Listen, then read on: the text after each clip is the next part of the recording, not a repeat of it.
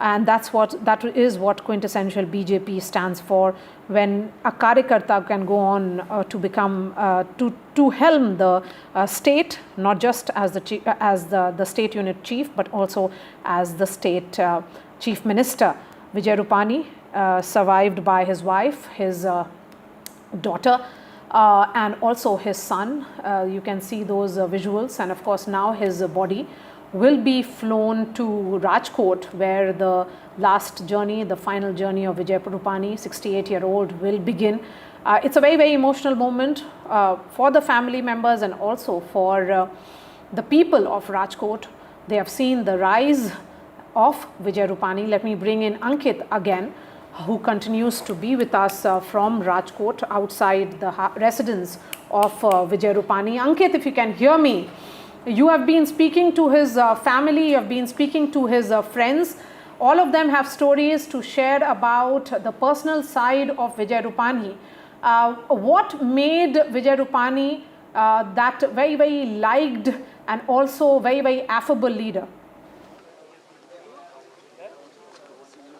You know, I think it was his ability not only to connect with his constituency, but, seem approachable. It was, he was somebody who was even behind, when he was the chair, on the chair of the chief minister, behind all those security paraphernalia, was seen as somebody who was accessible. And that made Vijay Rupani, for a lot of people here, especially in Rajkot, as somebody that they knew. They might have just heard about him from, people from his early days, but there is a sense that you talk to even the younger generation here, they would tell you that there was a sense that you knew him personally. And that's why for Rajkot, it seems a very, very personal, devastating loss, where all across, you've seen these posters of Mr. Rupani and people paying tribute to him. It's raining today in Rajkot. The forecast through the day is of, a rainfall throughout the day.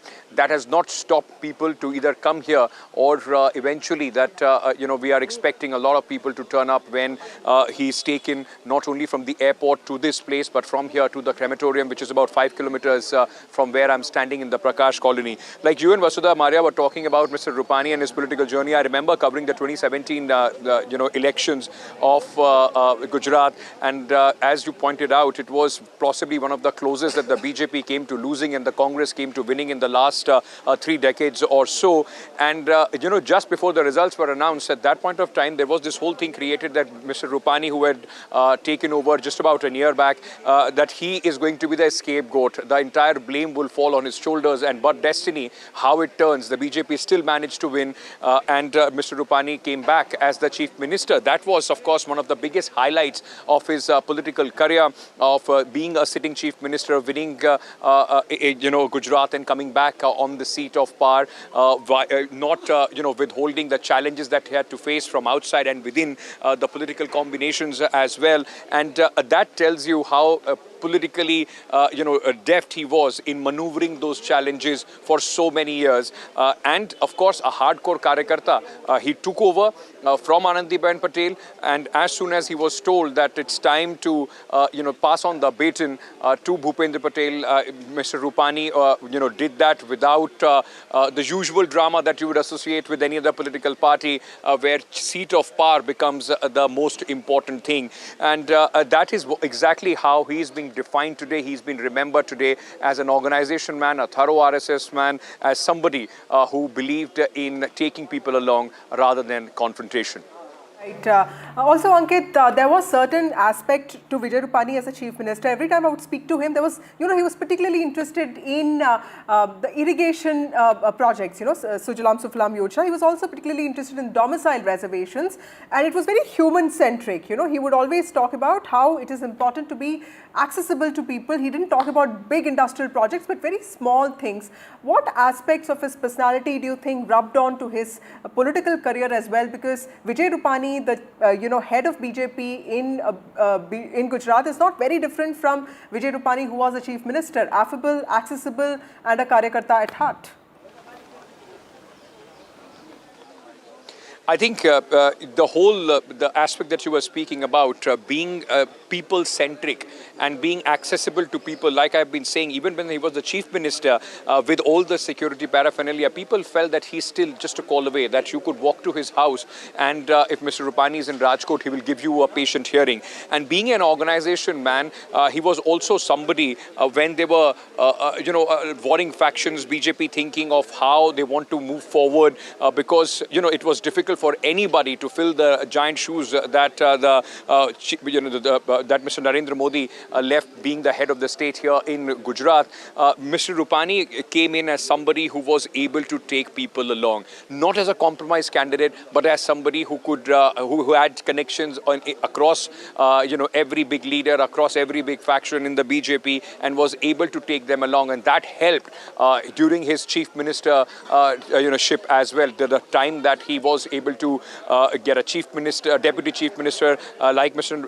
Patel, and he was also seen as somebody. And remember, this was also the period when the BJP was coming after the upheaval of very closely losing or coming close to losing that election, the whole partidar agitation. So he was seen as a calming factor in the state from 2017 going onwards, and that's the role that he played. And I think his personality of not being too hindered, about things, about trying to weather all the storms, whether politically or personal, in that much calm fashion, that helped him not only as the chief minister, but also earlier as the party president, and then of course becoming the MP of Rajkot as well. Ankit, just stay with us because there is a piece of breaking news coming in. In fact, the government of India, of Prime Minister Narendra Modi, has notified the caste census. The preparations, remember, has been announced by Home Minister Amit Shah, who held a meeting with senior officials only last night. And he said that census will include caste enumeration for the first time, and as many as 34 lakh enumerators and supervisors, and around 1.3 lakh census functionaries will conduct the operation with cutting-edge mobile digital gadgets. And this exercise, which is very, very crucial in nature, will begin on 1st of March 2027. Let's bring in Akhilesh. Akhilesh, what else can you tell us?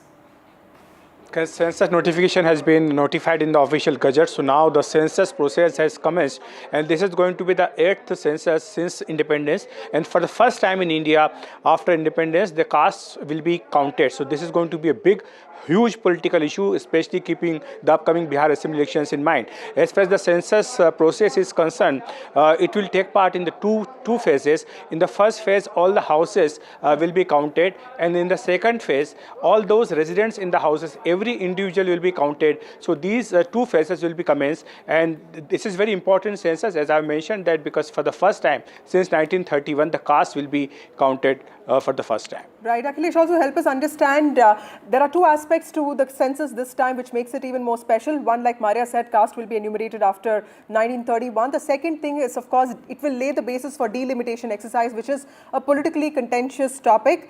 Help us understand how is the RJI, or for that the state government or the center government, the Home Ministry, looking at maneuvering these issues, and how is the opposition looking at this, because two of its demands, the caste census and the census itself, have been now met.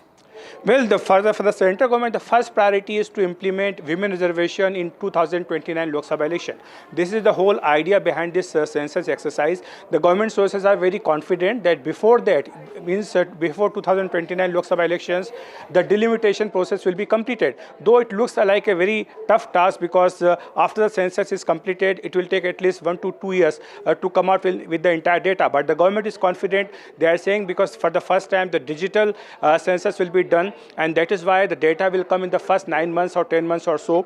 And immediately after that, the constitution has to be amended by parliament to constitute the delimitation commission. And the central government is also confident that the concerns expressed by the southern states will be taken into account, and that is why there will be no reason for any complaint by them. All right, Akhilesh, thank you so much for joining us. We are shifting focus back to our ongoing coverage of the tribute which is being poured in from across the country to the former Chief Minister of Gujarat, that is Vijay Rupani. Let's cut across to those visuals which are coming in. And joining us now is Jainarayan Vyas, former Health Minister of Gujarat. We also have Dr. Shirish Kashikar, who is the Director of Mass Communication and Journalism Institute of Ahmedabad, and Ajay Ummat is Group Editor of Ahmedabad Mirror and of Gujarat Samay. I'm going to begin with you, Mr. Ummat. We are looking at those very, very poignant images come in of the entire Gujarat unit, the entire Gujarat administration, right from the Chief Minister and also the family members of late Vijay Rupani in attendance. When we look at these images, I would want you to remember Vijay Rupani and your memories of Vijay Rupani.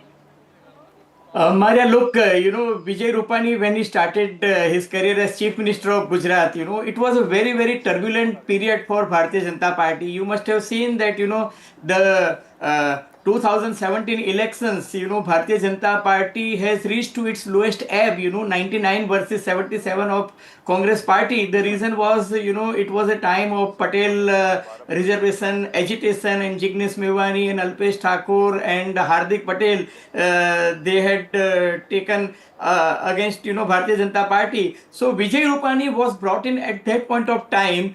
And though caste combination or caste equation was not in his favor, but Prime Minister Narendra Modi and Vallabhbhai Shah, they thought that, he is the right person to handle the situation. And I distinctly remember in his first speech, he said that I have not come here to play a 5-day cricket match or 1-day cricket match. It will be a 2020 match. And he really delivered. He, under his stewardship, party sailed through that 2017 assembly election successfully. And from that point of time, he became a person who has made institutions in Gujarat. For example, if you consider his Rajkot constituency, it was he who has played pivotal role in bringing, All India Institute of Medical Science, AIMS in Rajkot, International Airport in Rajkot, and the biggest contribution of Mr. Vijay Rupani was that, under his leadership, Mr. Jainan Vyas, who is with us, he can also elaborate that point, that Nabda irrigation project was completed, but, Sauni irrigation project and, a lot of other pipeline projects were completed during his period, and that was the reason that, the water crisis in Rajkot and in Saurashtra region was sorted out. He also contributed a lot of things during the Corona period, because as I told you, the turbulent period started in 2019 and to 2021 when Corona and lockdown period was in Gujarat, and during that period also he has done a lot of good things.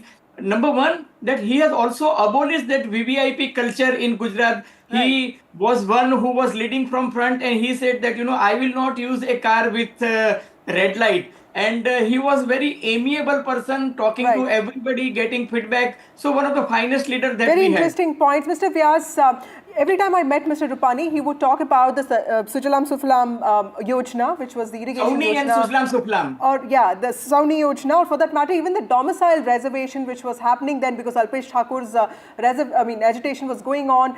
Help us understand what are the key policy interventions that Mr. Rupani made during his tenure as the Chief Minister. And he made it very clear that he was just taking forward the vision of Narendra Modi, isn't it? See, Mr. Ajay Ummat mentioned about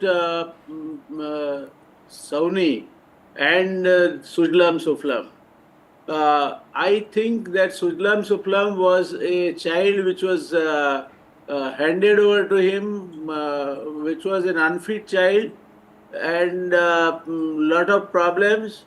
North Gujarat being alluvial soil area, water scarce area, needed something, and North Gujarat was given this lollipop called Sujalam Suflam, which but for Mr. Rupani, I don't think anybody else would have so succinctly and sort of quietly got on with the job and done whatever best could be done out of the burning house, whatever could be salvaged, because Sujalam Suflam itself is a big hoax.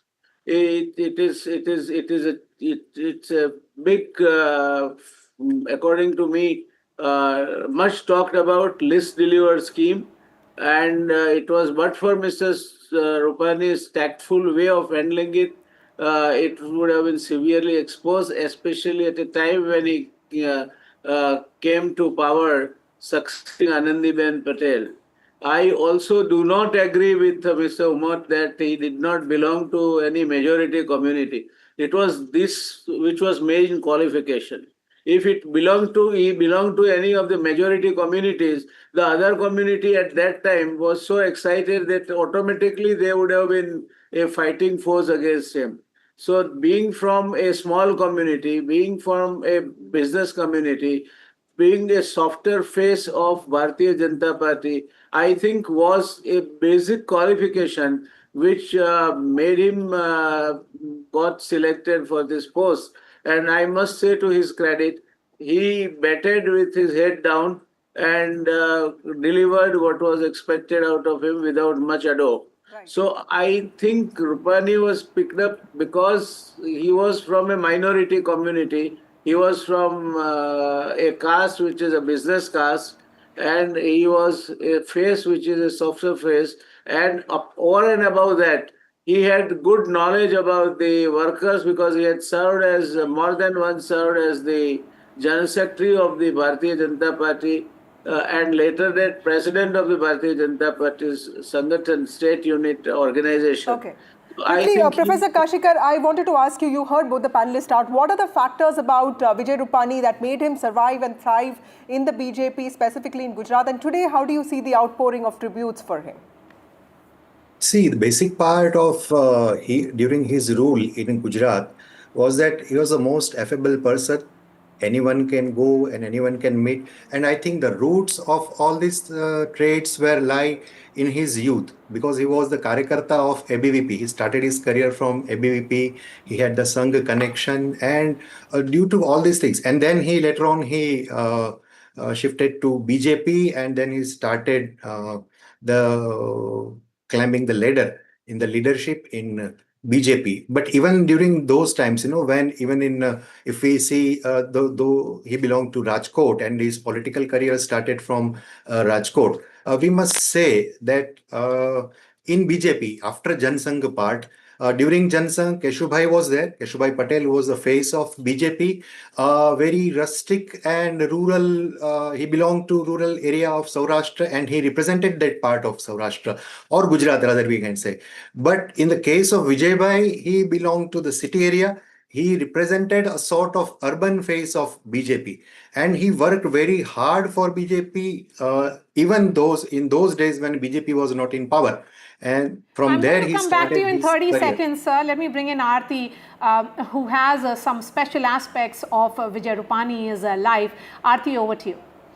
That's right, Maria. Thank you. Now, of course, let me take our viewers to what exactly happened. Just an overview of the story, right? Vijay Rupani, he died in the Air India crash. He survived by his wife and 2 children. Leaders had gone to meet them, console them as well at their residence. Now, remember, he served as the Gujarat CM for 2016 to 2021. Not just that, he was also appointed as the BJP in charge for Punjab elections. Now, in 2006, he was made the General Secretary of BJP's Gujarat state unit, and he's been connected to the BJP since 1980. He's also been part of the RSS as well. Now, Vijay Rupani, he was a former stockbroker as well, so he's a man of finance, and he was the chairman of the Saurashtra Stock Exchange Board as well. All right. Thank you, Aarti, for that quick update on the life and time of Vijay Rupani. Dr. Suresh, you were making a point. Please go ahead and finish it. Yeah, so that's why, and then he started the climbing ladder in BJP, and he proved his mettle during his days in Sangathan. When he was working with BJP Sangathan, he became into the power. He came to the power as a minister into the ministry of Anandiben. But before that, he was the Rajya Sabha MP also, and he was the state president of BJP also. So he had idea about the Sangathan part as well in the government part also. He was also the minister, cabinet minister. He was elected first time into the in his constituency as an MLA, and he became the cabinet minister directly. If I were to ask you, what are the aspects of Mr. Rupani that helped him thrive and survive? Because, Gujarat is seen as the land of very strong leaders. Mr. Rupani, like both the panelists also pointed out, that he came from the minority community, but also he helped the BJP perform this balancing act of not really, angering any dominant community here. Did that work out for him? Was he even expecting to be the chief minister? How did he look at his own elevation? Technically, though it is called the minority community in constitutionally, but in Gujarat we all know that Jain community is very powerful both politically and financially, and he belonged to that community, right? But it's not about the power of money or the political power. He was such a ground to earth person, and he had that because, as I said earlier, he was attached to Sangathan and the government both. So he had experience of both the sides, and he knew how to keep the fine balance between government and Sangathan. And that's why during his tenure as a chief minister, he could keep the fine balance between both, and he ruled very well. The only challenging part during his tenure as a chief minister was the corona part. And I think he tried very hard to come out of this. But unfortunately, we know that his resignation was taken and Talk about he was this replaced by place Mr. from Patel. where Vijay Rupani started his journey, and also, that has been his Karambhumi, Rajkot West. That was also the constituency from where Prime Minister Modi contested his assembly election for the first time. And in that campaign also, Vijay Rupani was made the campaign in charge. That we are looking at February of 2002. Would you take our viewers back to that time and talk about the equation between the Prime Minister and late Vijay Rupani? Interestingly, that That's the question to constituency Mr. belonged Umat, to... sir. Dr. Suresh, that's the question to okay. Vijay Umat. Okay. Vijay Umat, yes. Yeah. Yeah. Maria, the interesting part, I distinctly remember, Mr. Modi was appointed as the Chief Minister of Gujarat. But, then there was a dilemma from which constituency he would contest. And Vallabhbhai Wala, who was Minister of Finance at that point of time, he voluntarily offered that, Mr. Modi can come and contest from that constituency because it was considered to be the safest constituency for Bharatiya Janata Party. If you consider the top 10 safest constituency of Bharatiya Janata Party in Gujarat, like in Parliament, you say that Gandhinagar or Surat or Navsari is the safest. Likewise, in assembly segment, top 3 you can consider Rajkot was one of the most safest. So Vallabhbhai Wala voluntarily offered Mr. Narendra Modi that you come and contest from Rajkot constituency, and Mr. Modi had gone there. And Vijay Rupani was in charge, and he was in charge not only for Mr. Narendra Modi, but he used to be in charge for even Vallabhbhai Wala when he used to contest from that constituency. I distinctly remember in 2012, everybody thought, that Mr. Modi is going to become Prime Minister in 2014. So in 2012 Assembly election, Mr. Rupani would be offered that Assembly seat, but it was not offered to him, and everybody thought that he will be upset. I asked him, Vijay Bhai, you were supposed to contest from this. He said, no, my job as Karyakarta is to whatever my party will say, and I have faith in Somnath.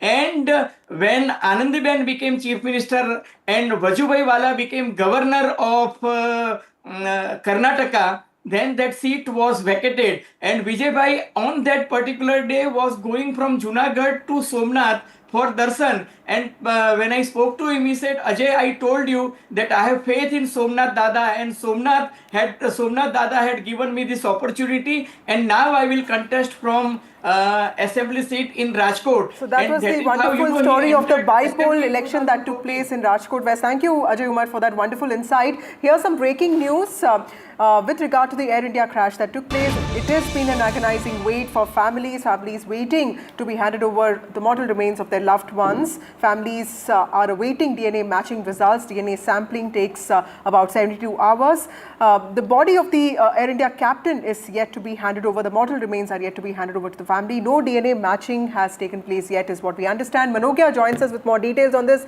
Manogya, tell us a little bit about the kind of wait, the unending wait that families have to go through, because DNA sampling and testing does take that kind of time.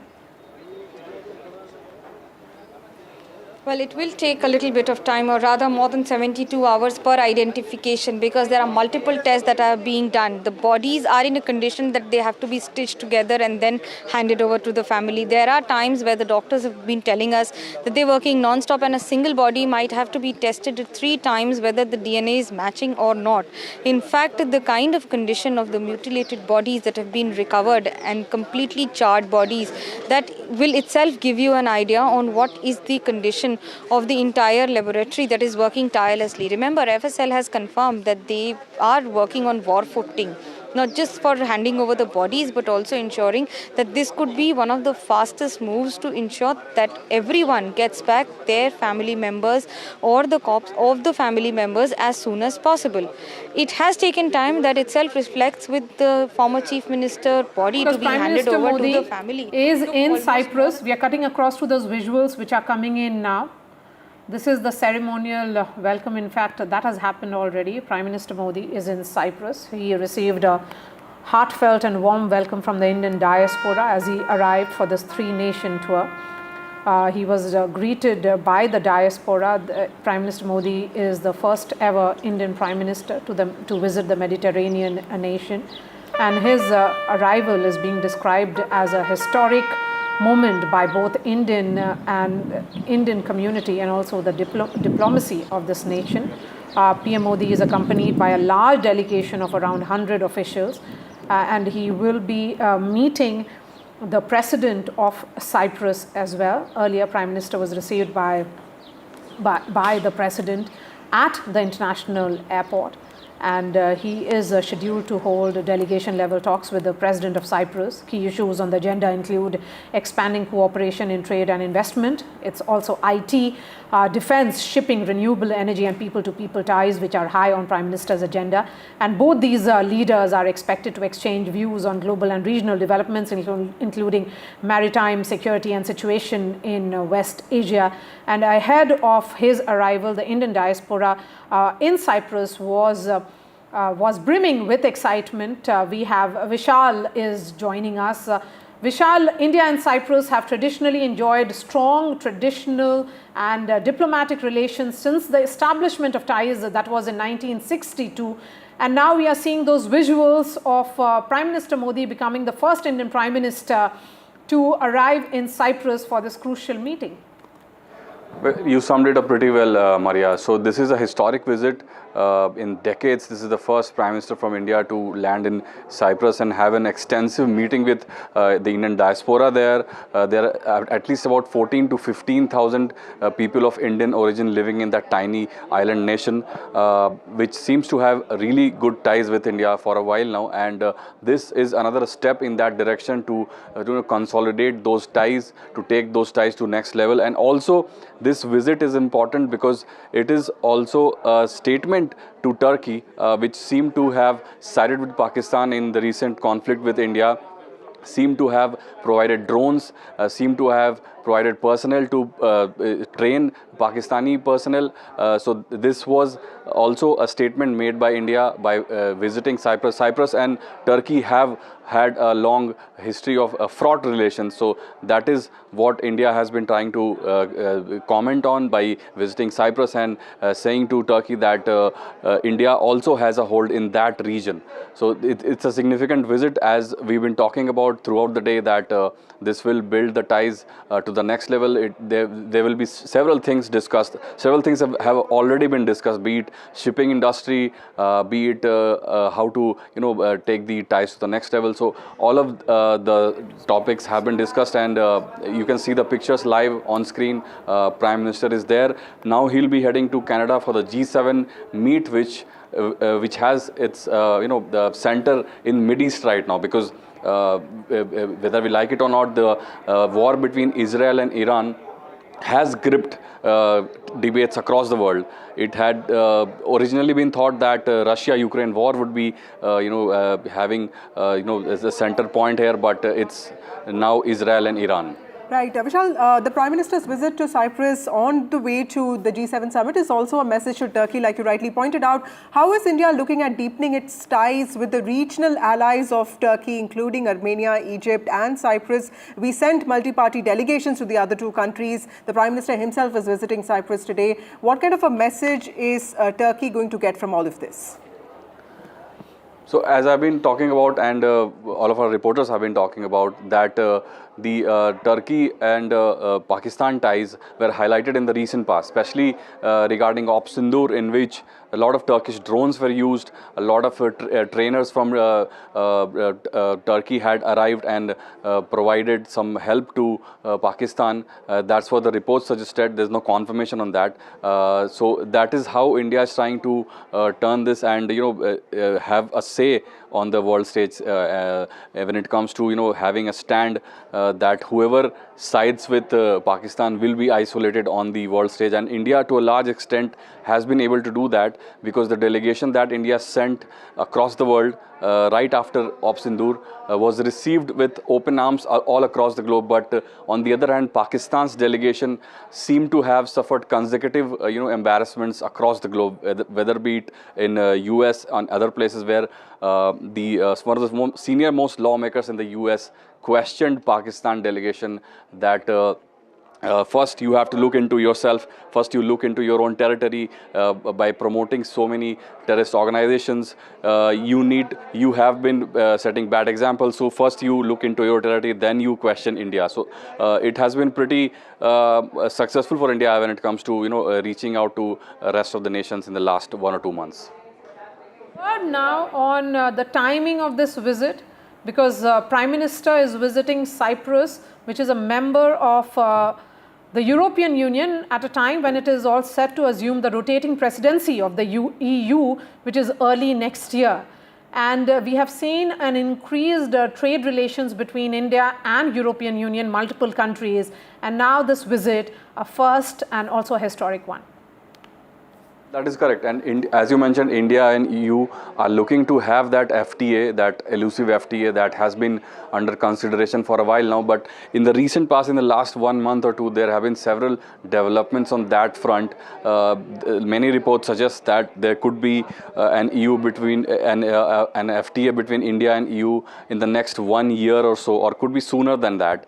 At the same time, India has also signed one FTA with UK that was a former EU nation. So India has been signing EU FTAs and also other agreements with many different nations. Also is the FTA with US, which is likely to be signed in the next 1 year. The first tranche of that agreement will be signed by the fall, by September or October. So there have been many developments on the business front. This will be yet another chapter in that, because as you mentioned, Cyprus will be heading the EU forum for some time. So to establish, to consolidate relations with the country that will be heading EU will definitely augur well for the nation. Shall also help us understand, Cyprus is seen as really rich when it comes to natural gas. What are the other aspects of Cyprus which can be useful to India and other partners when it comes to building relations with Cyprus?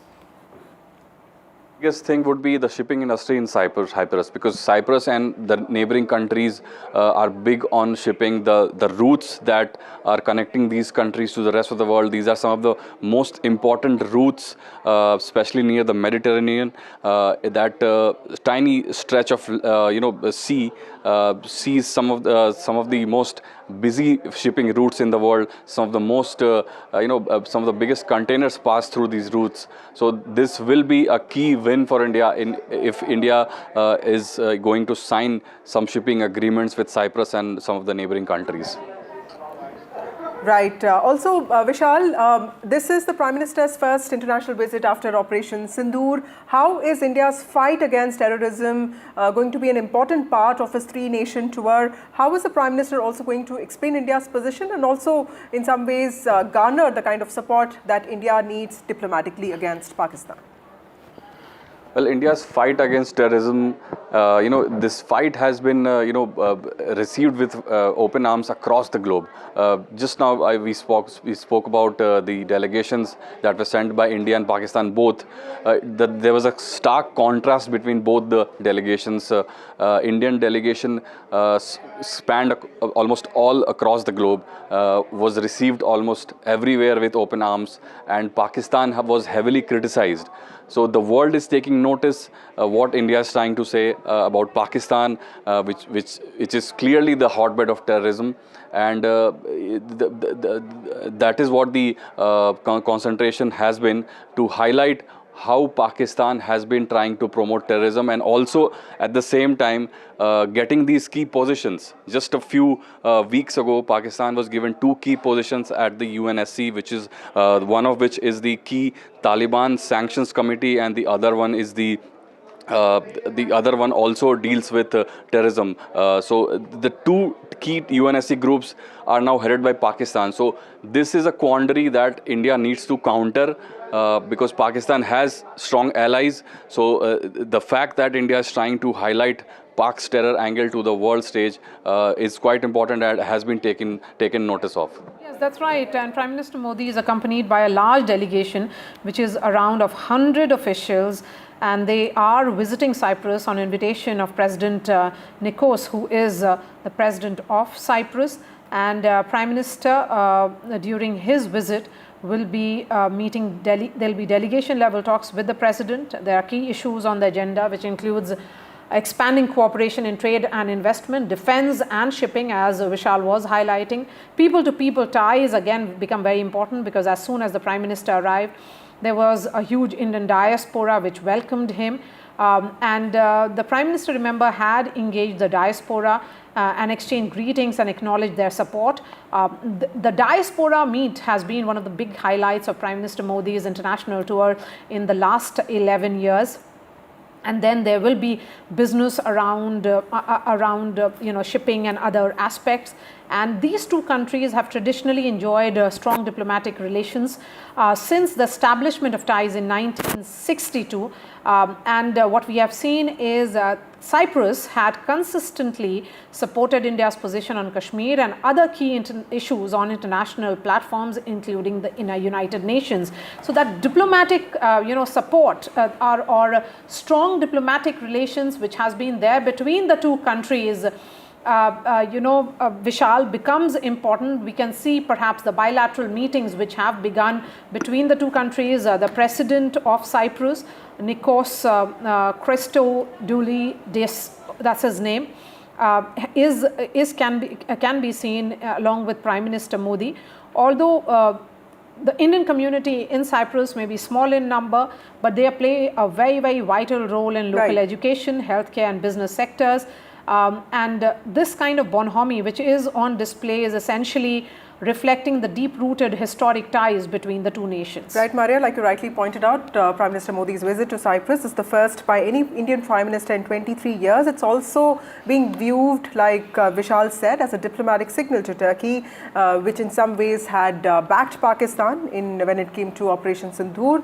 And Turkey is, just for the understanding of our viewers, Turkey has occupied 1/3 of the island since 1974. It has backed Pakistan during Operation Sindoor. This is also a diplomatic move by India to send across a message that it has taken note of Turkey's support. Prime Minister's trip is the first trip abroad by him since Operation Sindoor was initiated. It's being seen particularly important in that context, because India also wants to tell the world about how it is a victim of terror and needs to tell the world about the new normal that it has put in place. The Prime Minister is visiting Cyprus at the invitation of the President of Cyprus. He's also, like you rightly pointed out, accompanied by a delegation of over 100 officials, and this is part of his 3-nation tour that will span across 5 days, and it includes Canada for the G7 summit. This is also the first ever visit to Croatia by an Indian Prime Minister, which also then becomes very important. The Cyprus visit, like we were talking about, is significant for diplomatic, economic and geopolitical reasons, and it reflects the growing importance of this part of the world in India's broader and global outlook. Vishal joins us back. Vishal, just for the benefit of our viewers, just sum it up as to how important is the Prime Minister's visit to Cyprus. Why is this country important in the context of Operation Sindoor, and what does this visit entail? Decided to visit Cyprus is because India wanted to establish, a stance on the global stage that showed that India has its allies in the region, in the same region that is occupied by Turkey. So Turkey is a powerful player in the region, and Turkey went on to help Pakistan in Op Sindoor. It was widely condemned for that. There were many backlash, campaigns against the country. So this establishes the fact that India has a key ally in the region. The fact that PM Modi chose Cyprus as the first foreign nation to visit after Op Sindoor, that itself is a statement and goes on to show how serious India is when it comes to establishing new relations, having new frontiers.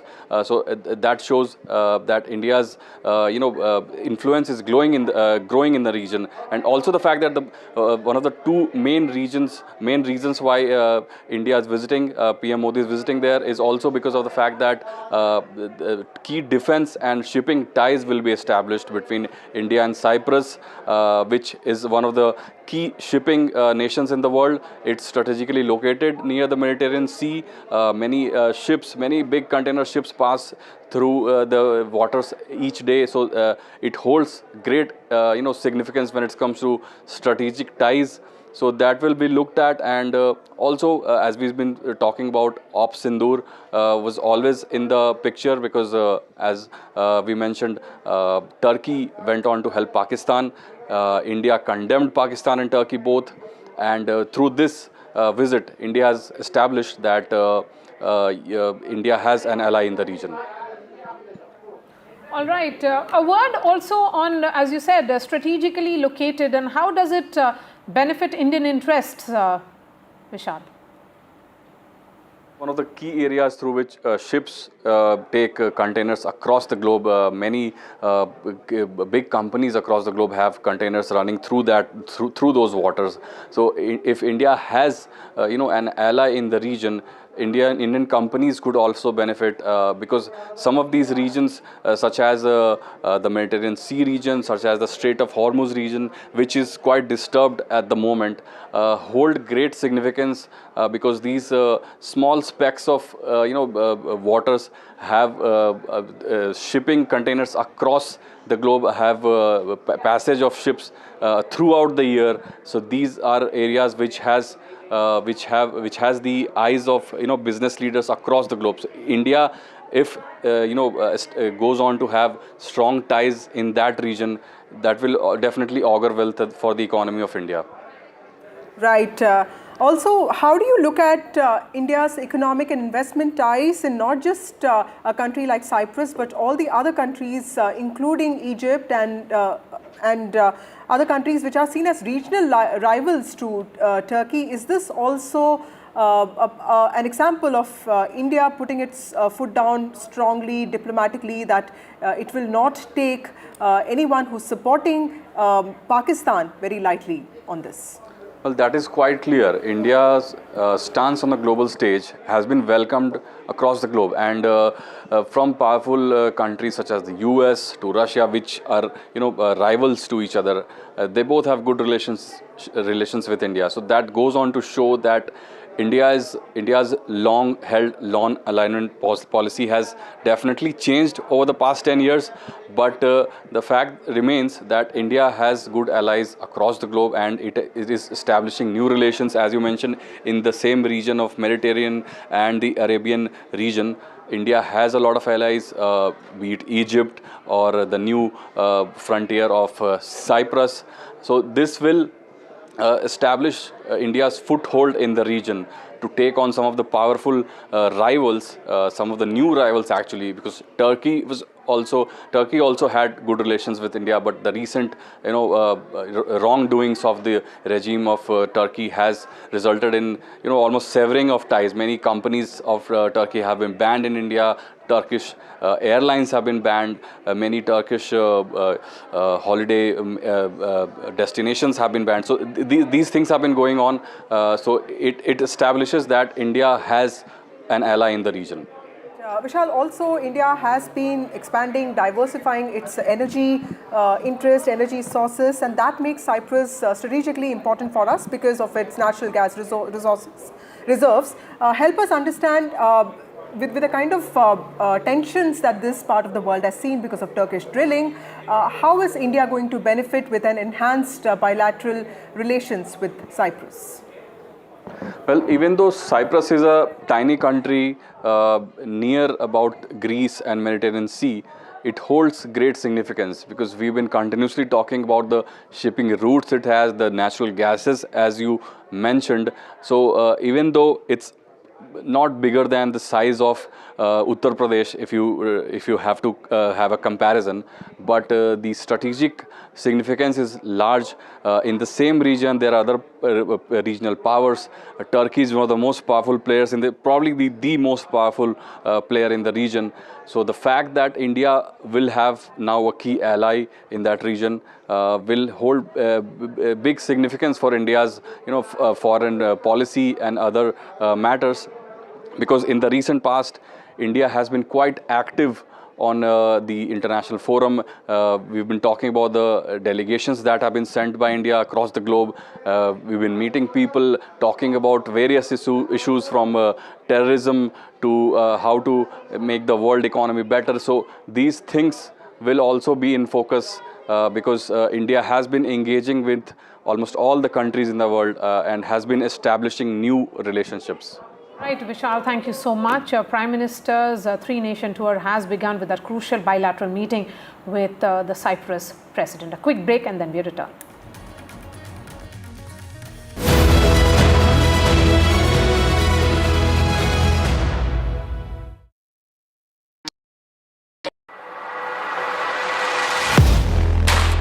Do you really know the company you invest in? What is the real picture behind presentations and claims?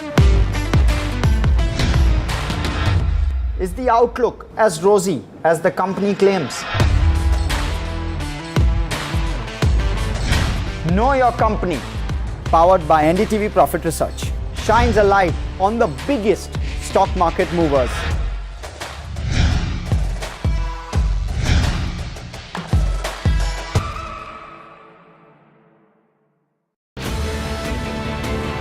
From the echo of the Trump tariffs to the geopolitical tensions in West Asia. And on the sidelines, a possible thaw in the frosty relations between India and Canada. I will bring you all the latest updates from the Kananaskis G7 Summit. NDTV, live from the G7 Summit in Canada.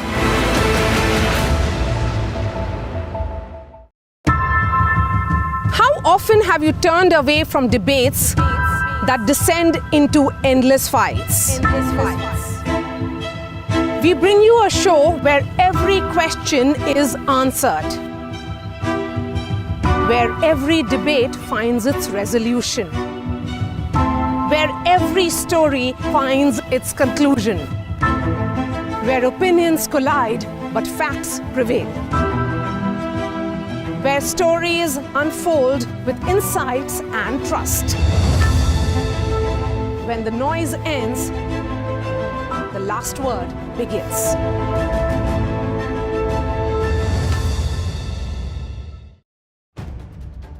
If it matters to you, if it matters to you, if it matters to you, it matters to India. It matters to India. And it matters to me. And it matters to me. India Matters with Shivaru. Only on NDTV 24/7. I've been reporting on all issues big and small from Andhra Pradesh, Telangana, rest of South India, bringing you all the action, all that you need to know, all that you want to know. The energy of Maximum City is infectious. I'm bringing that energy in our news coverage.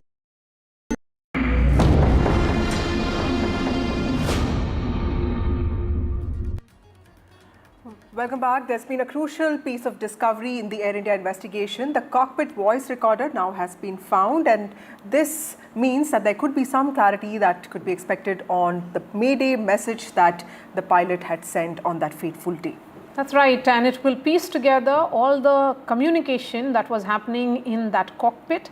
Remember, it's the data recorder and the voice recorder, which are two aspects of the black box. The black box was recovered 48 hours ago, and now sources the investigators are in fact confirming that the cockpit voice recorder has been found as well, which has all the details, but perhaps the decoding of this entire the data of that will take a little more time. Divya is joining us. Over to you, Divya. Give us the details and the significance of the cockpit voice recorder. Right, Maria and Vasa, let's get you details. This is the second component of the black box that has been found earlier. One part of the black box was found, and that was the flight. Let's cut across to it. संप्रभुता और क्षेत्रीय अखंडता और हमारे लोगों की समृद्धि के लिए हमारी अटूट प्रतिबद्धता का प्रतीक है।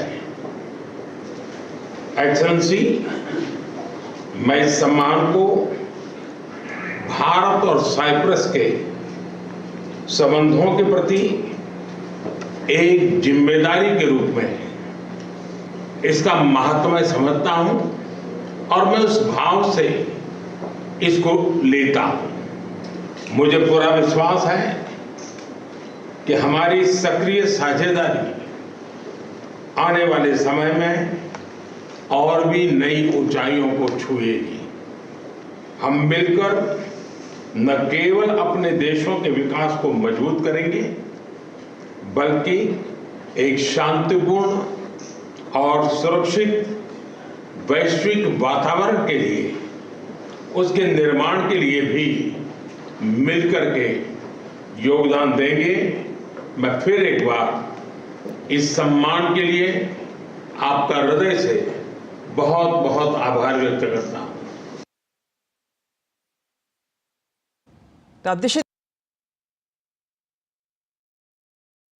संप्रभुता और क्षेत्रीय अखंडता.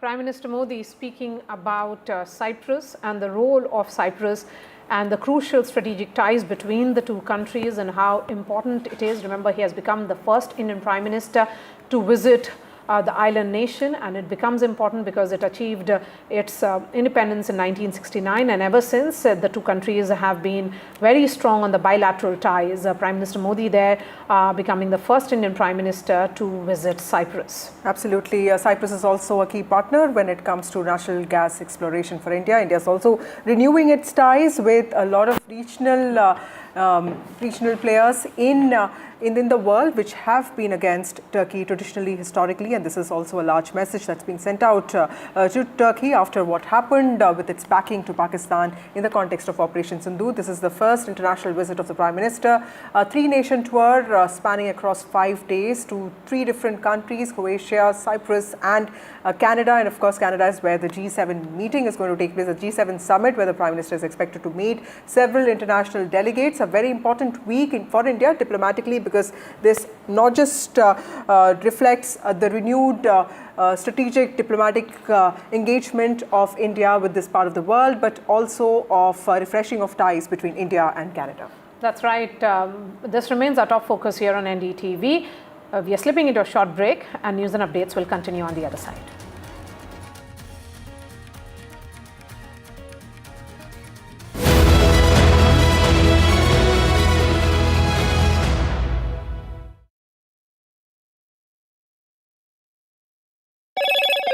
Hello, Moto.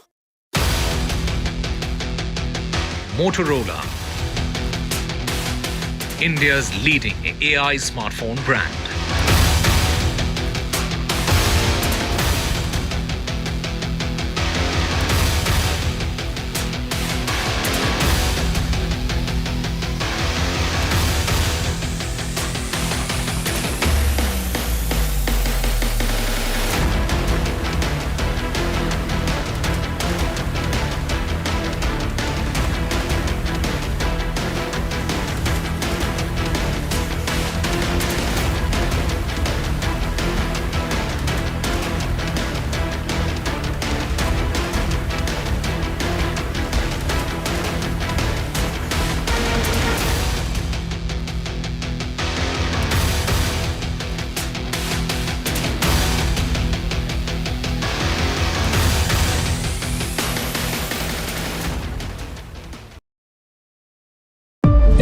today's interconnected world, India's voice is more crucial than ever.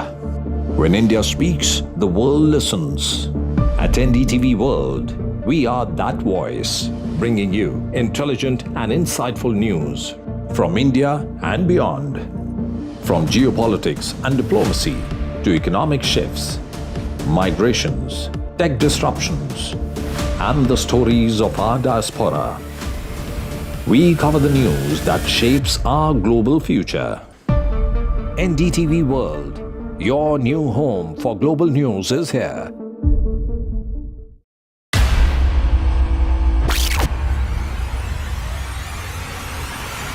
The last 1 month, if you see, the share prices of Denzol Engineering has fallen more than 58%. Why are the rating firms calling the debt payments as default? We have two credible credit rating agencies on March 4th coming and downgrading the stock to D. Statements are consistently being proven wrong, right, and transactions are being taken place which are different from what they were originally pictured to be. The company claimed it would roll out 6,400 electric vehicles. But what it has rolled out is a shocking scam. Funds meant for the project were funneled allegedly back to the promoters, the Junkie brothers. What did the money buy? Not EVs, of course, but a lavish flat in Gurgaon's luxurious DLF Carmelias.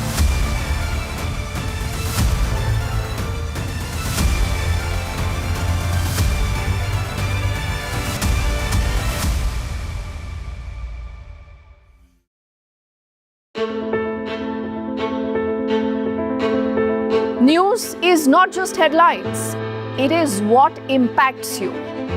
And news should never be mistaken for noise. What matters is the reality. Accurate, in-depth, and with the right perspective. For over 20 years, I have been a journalist, and never has clarity mattered more than now. At Newsnight, we go beyond the surface. We dissect the details, challenge the narratives, and bring you the unparalleled clarity you deserve in a world clouded by misinformation. We are bold, we are direct.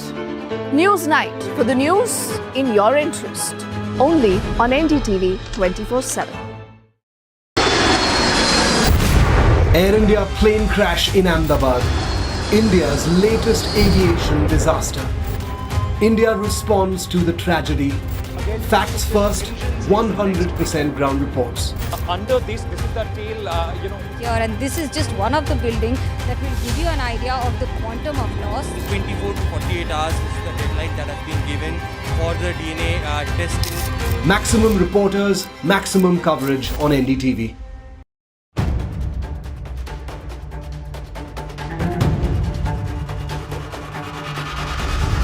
If it matters to you, if it matters to you, if it matters to you,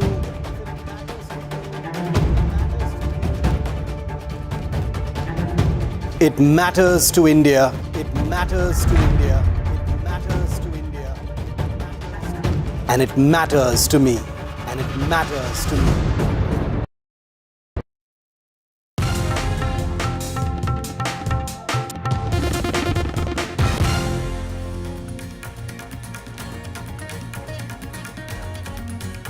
And Amit Shah, this is the centre issuing its census notification, the first nationwide caste census since 1931. There, the Home Minister chairing that very crucial meeting. And Prime Minister Modi is in Cyprus, and Cyprus confers the Prime Minister with the highest honour. This is a strategic push amid Turkey tensions, and this is before the Prime Minister heads to Canada to attend the G7 summit.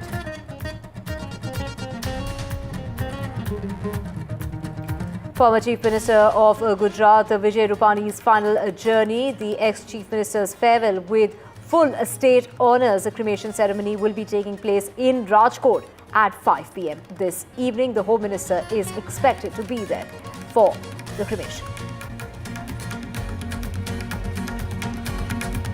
And crucial discovery in Air India's investigation, a cockpit voice recorder has been found from the Air India flight, the AI-171 that crashed in Ahmedabad. Clarity is expected on the Mayday message. All that was said within the cockpit area as soon as the engines were started has been recorded in that voice recorder, and that has now finally been recovered.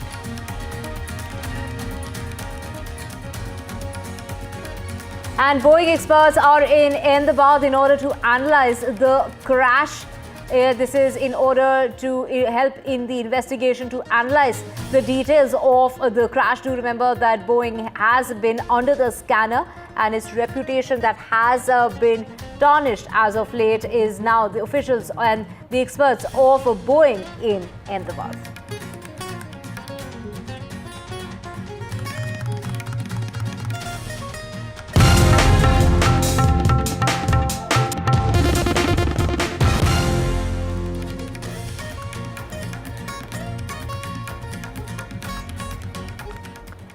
A very good afternoon. You're watching NDTV 24/7. I'm Divya Vadva. We have a whole lot lined up for you, including last riots taking place of cabin crew member Sunita Chakravarti. And she recently joined Air India. She was on that ill-fated flight, Air India, the AI-171.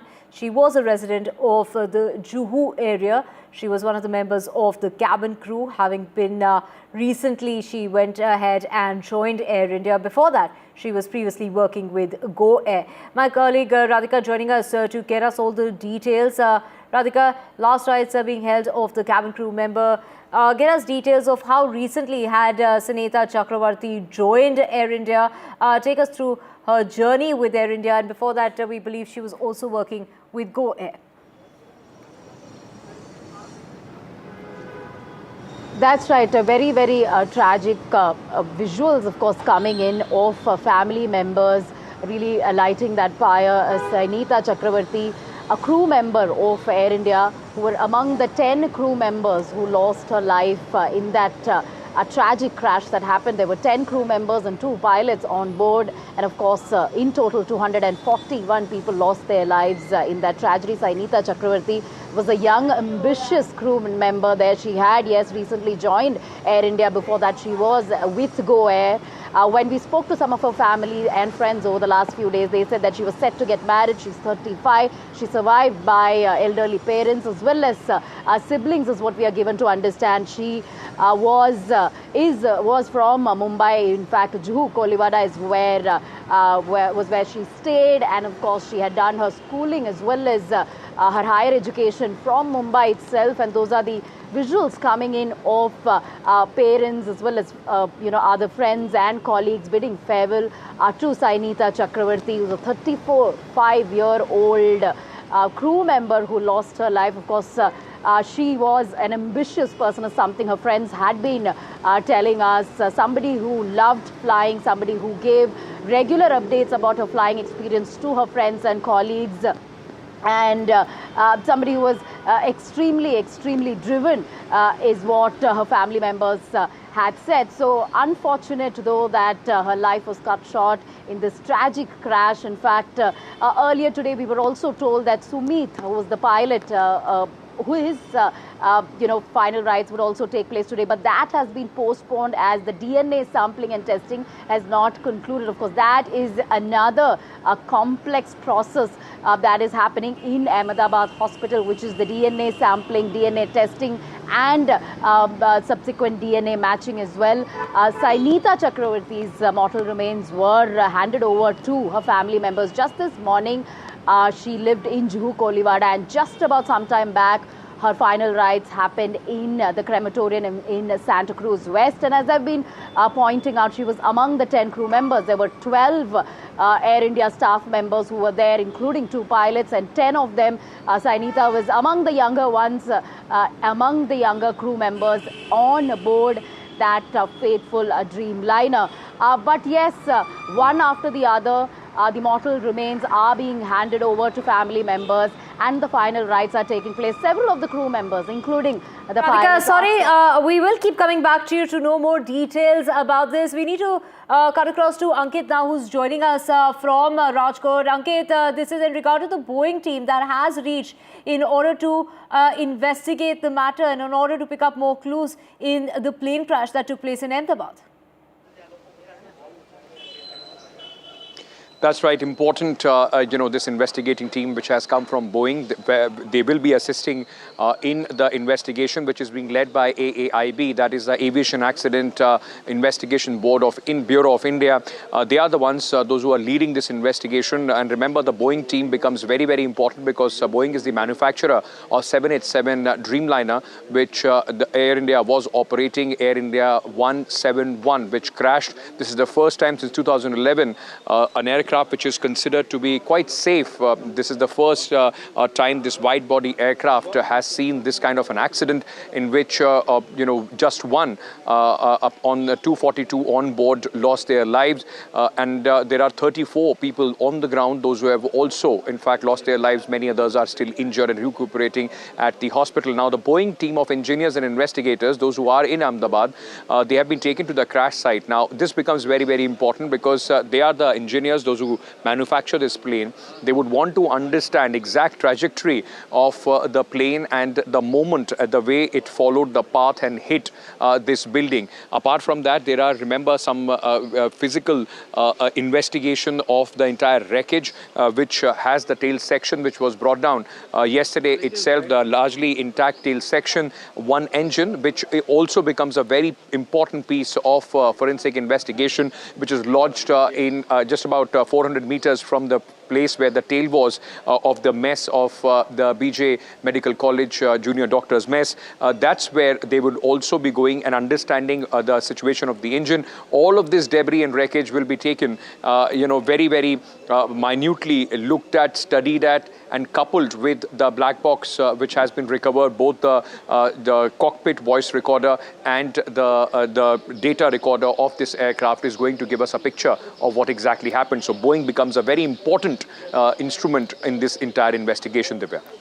Right, Ankit, and of course, it's not just officials from the United States and from the United Kingdom that are involved in the probes. Now, the Boeing team is also at the crash site, like Ankit was mentioning. This is a multi-agency probe into the crash that took place in Ahmedabad. But also, Ankit, the very significant is the recovery of the second part of the black box that has now been found. So let's just get you details of the black box. This is the second part of the black box, the cockpit voice recorder that was on the plane that has been recovered. And this will really, Ankit, help piece together as far as the conversation that took place inside the cockpit between this is, of course, the pilot and the co-pilot and the crew members. This is a very crucial discovery which will really help identify the possible cause or the possible causes behind the deadly crash that killed 275 people, including 41 people to be precise, on board that flight. So, of course, Ankit, so far we do know that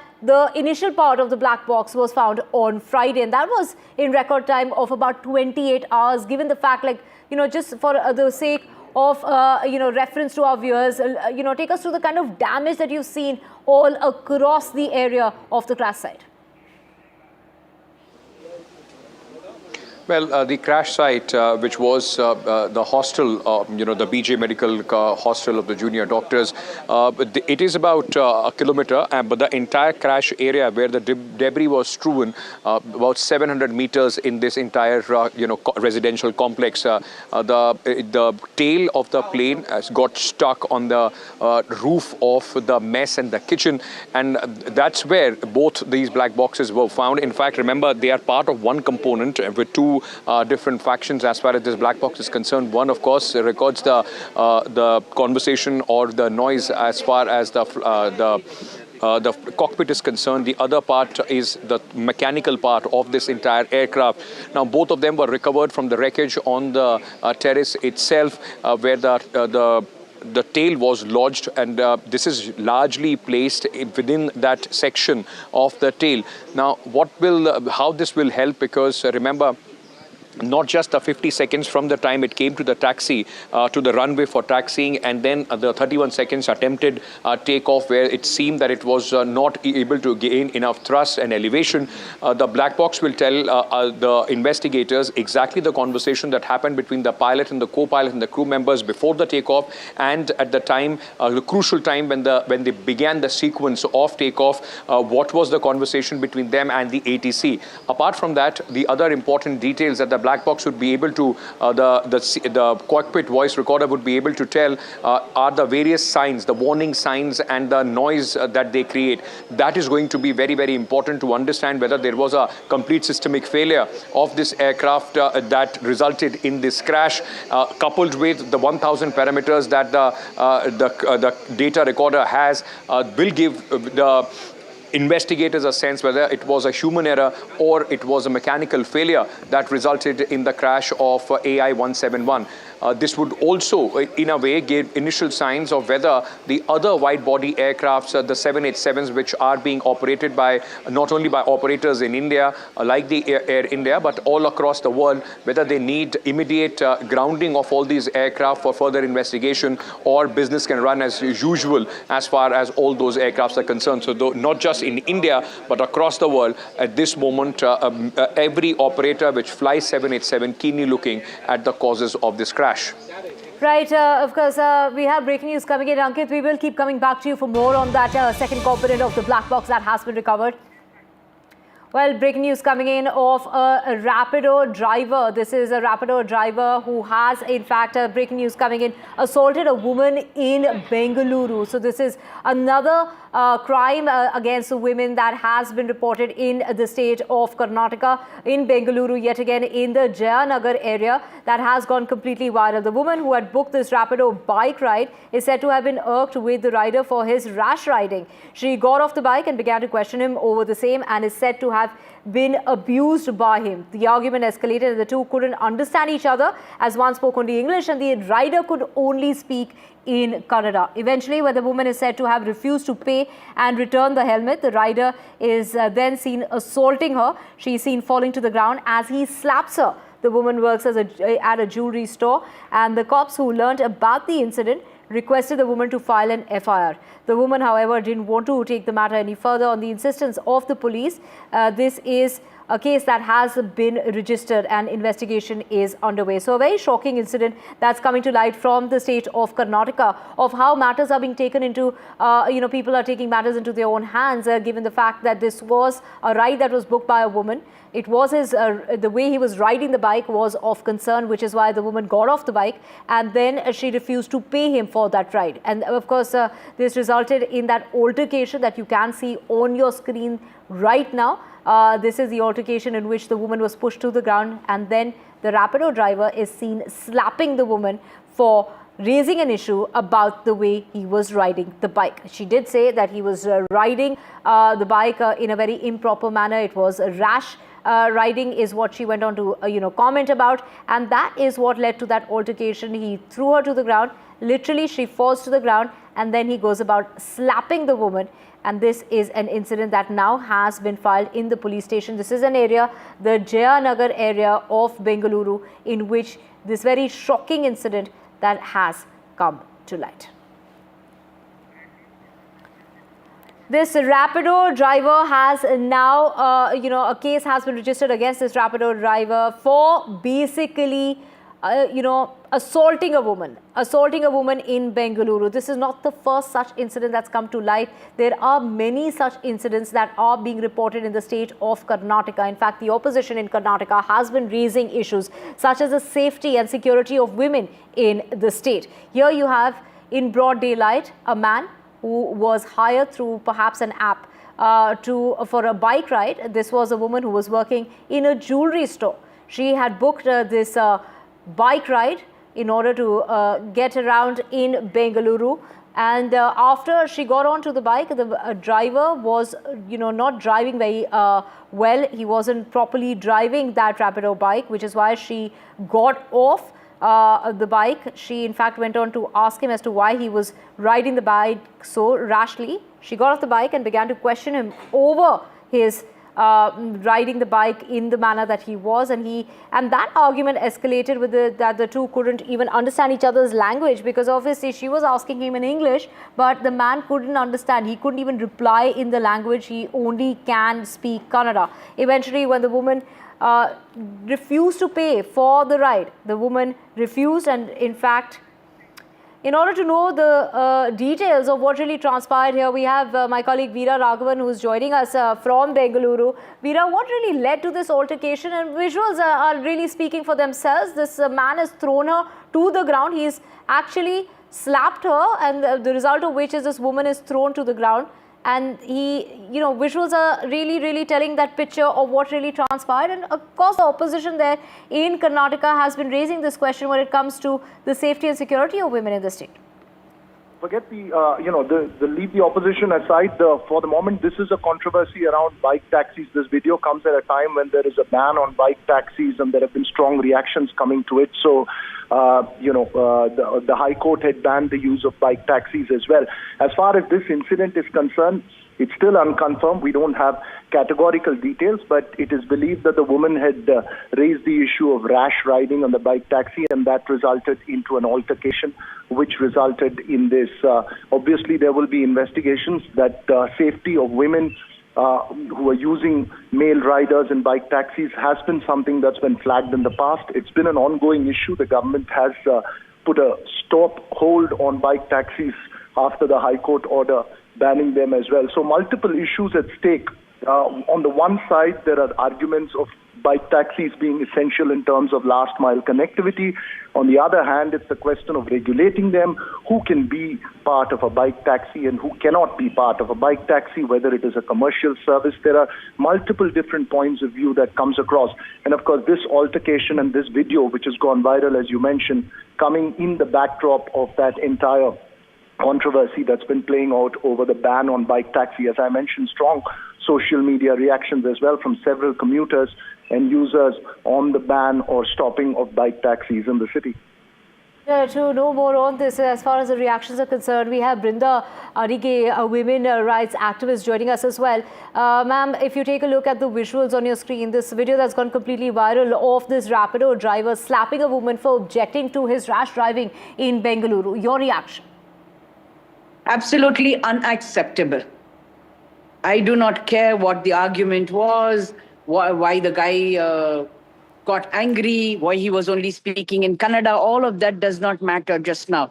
But the gall with which he slapped that lady is unacceptable. You cannot slap anybody. You are there doing a service for a payment, and you will be asked why you are driving or riding rash, because the commuter, the person, the consumer wants you to ride in a certain manner. If it is to be done in that manner, do it in that manner. And just because she questioned you why you rode so rashly, he has the gall, the impunity that he beats her and hits her, slaps her, and then he thinks that nothing should happen to him. Unacceptable. This is an atrocious act, and it is a man doing it against a woman, because men for too long have continued to be fed and this toxic masculinity that they can get away with anything. You slap a woman, it is okay. Of late, if the person is not speaking in a certain language, which we would like them to learn the language of the state. But if they are not talking, becoming violent with them, unacceptable. This is a service that you are delivering. So when there is a service delivery, customer is king or queen. And Absolutely. That means you do what you're asked to do by the customer. And the customer questioned you, why are you driving rashly? Which means he would have not only put her life in danger, but would have made her feel very uncomfortable. Because rash also means, where do you hold on to? Absolutely. Very valid points being raised, ma'am. Just hold on to that thought. We also have Deepak, my colleague, joining us from Bengaluru. Deepak, the confrontation escalated into this heated argument during which the driver allegedly physically, as we can see, assaulted the woman. He slapped her, thrashed her, and literally she's fallen to the ground. Take a look at this assault that's taken place, and that too in broad daylight, and of course raising a lot of concerns as to how can people really think that they can get away with something like this? I mean, he is an employee of the company. She hired him for that ride. He obviously wasn't riding, properly. Something that she kind of raised an issue, raised an alarm about, did question him about it. And this is what she gets in return. She gets slapped by the man who doesn't know how to even ride the bike that, he has been employed for. Well, absolutely appalling to say the least. What's most surprising is that the assault happens while there are onlookers, bystanders there. They were privy to the argument that was going on because the two weren't able to properly communicate. She was, speaking only in, English. He was continuing to speak in Kannada. The argument was over how he was riding. She was irked, refused to pay. That's when he's said to have slapped her. But of course, quite uncalled for. The people there don't even stop him. And after, he slaps her, they just stand there as if nothing has happened. They don't intervene. That is the most appalling of, everything that you see in this video. The police right now have registered a non-cognizable report. They're saying that the woman didn't want to take this matter up for reasons best known to her. They insisted that it should be taken up. And then she was at the police station, eventually an NCR being registered here, and an investigation is currently going on. And if the police, of course, through the course of the investigation find enough reason to believe this NCR, of course, could transition into an FIR. We haven't yet heard from the driver about what exactly happened. The NCR, of course, is based on the complaint by the woman who works in a nearby shop there. Quite shocking to see this sort of an assault happening in broad daylight. Nobody really coming to her help. That is something that has even raised several concerns, because while we talk about safety of women, while we talk about assaults on women, such incidents coming to the fore repeatedly from the city of Bengaluru or other parts of the country. How does society as a whole react to such situations? Do they really help a woman in such situations? These are question marks that do arise, and a situation like this where you can see them taking the argument to the bystanders, while they're hoping that the bystanders mediate, while they, of course, don't do much there to at least prevent an assault. Something could have been done, or at least after the assault to reprimand him could have come a long way in how the society really looks at such instances and, more importantly, reacts to them. Right, of course, Deepak, this really comes on the heels of, this man in Bengaluru who was arrested for assaulting two women in a park. Let me just take this again to Brinda. Brinda Adige, take us through the kind of cases that are coming to light. We're seeing so many cases that are being reported. These are crimes against women, particularly in the city of Bengaluru. Your reaction and, what kind of measures do you think need to be in place in order to ensure that such kind of incidents don't take place? See, first and foremost, even today, many of them do not know or understand that sexual harassment, sexual assault, and street sexual harassment are crimes. They still think that they can get away with it. Because like this lady and many others, we do not want to go to the police station to make a complaint, because not only is it tedious, but it is very cumbersome and long drawn in the court. We have been talking about mobile courts for such kind of crimes, because mobile courts could probably be at different geographies and these complaints can be made immediately, and also some alternative, some kind of a justice, a procedural justice can be arrived at. So I would think that immediately the government needs to start working on these kind of redressal mechanisms. Not enough just for us to have progressive laws and talk so much about it. We also need to educate. We are not educating that this is a crime, that they cannot get away with it, that they cannot, just slap a woman and say that, okay, let us see whether she'll go to court or not. Let us see whether anything happens or not. Even now, the case that has been registered in this particular one is an NCR. So it's a non-cognizable report. Now, that non-cognizable report must become an FIR only if the complainant chooses. But what about the CCTV cameras that have been bought and installed across Bengaluru city and Karnataka under the Nirbhaya Fund?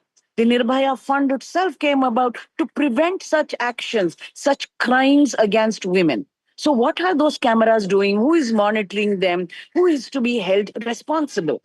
One part of it is that somebody has to file a complaint, but the other is the police taking suo moto action. Right, ma'am, in this particular case, the victim was initially very hesitant to approach authorities, and it's the police that eventually persuaded her to file that complaint. What does one really do in this situation? Because, here a woman has been assaulted and perhaps doesn't want to go through the processes involved in order to, keep going back and forth to meet with the authorities in regard to the case. The one you spoke about was the bystanders, who should have become upstanders, who should have intervened. But that said, what are the cameras doing? Does the police have a role? Okay, they might look at it in the evening, probably, summarize and say, let's see what's happening in different parts of Bengaluru. When they see it, does the law allow them to register a suo motu action? Does the law allow them to register a suo motu case? These are questions that we must ask, because women will be very hesitant to come forward. The kind of questioning that happens, the tediousness and the cumbersome processes that it takes, the long drawn court processes, because all of this have to go to court. So women, we cannot leave our jobs, take holidays and then keep going there. It is going to all the time be tariq pe tariq. The courts have to also buck up. Right, and an example needs to be set by the government, particularly of Karnataka, in regard to crimes against women in this particular case, and what kind of action will be taken in order to ensure that such incidents don't take place. Thank you so much, ma'am, for speaking with us here on NDTV. Very shocking incident from Bengaluru that's come to light. A video that you can see on your screen at the moment of this woman who's being thrashed by a Rapido rider. He is a Rapido rider who was in fact riding that bike. This is a bike ride that she had in fact gone ahead and booked for herself. She used to work in a jewelry store. She had booked this ride, and the man was riding rashly, which is what she raised an objection to, got off the bike and did not want to pay the man for the kind of way that he was riding that particular bike. And that is what led to this heated argument. The woman was talking in English. The man could only speak in Kannada. They could not understand each other, but eventually the Rapido rider, as you can see on a screen, ended up slapping the woman. The woman fell to the ground. This is an assault case that has now finally been registered. This is on the behest of the police. The police convinced the woman to go ahead and file that complaint against the Rapido rider. Now, what really needs to be seen is the kind of action that the company will take in this particular case. With that, we're slipping a very short break. Back with a whole lot more. Do stay with us.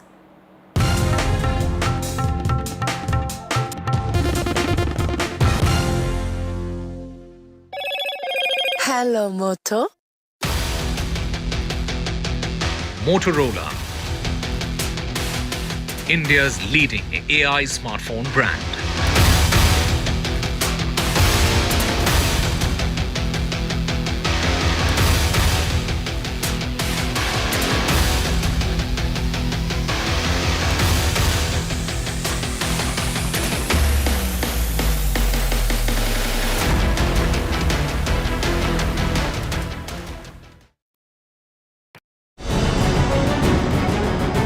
Why was there a hurry? Was it the government that was in a hurry? I don't want to blame anyone. Joining us today here in the NDTV newsroom. Government cannot walk away from this responsibility. Cricket is region of sort in this country. Would you like to comment on what happened? What is the condition of the injured at this point? How many people died? What exactly happened? You have lost your daughter.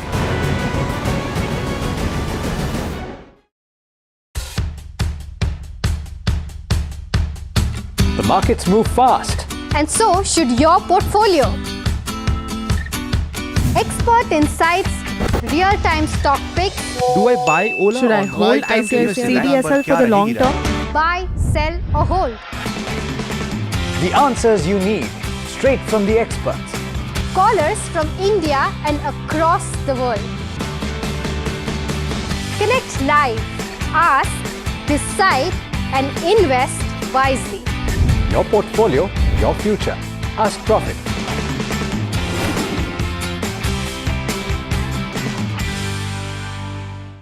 Is your business future ready?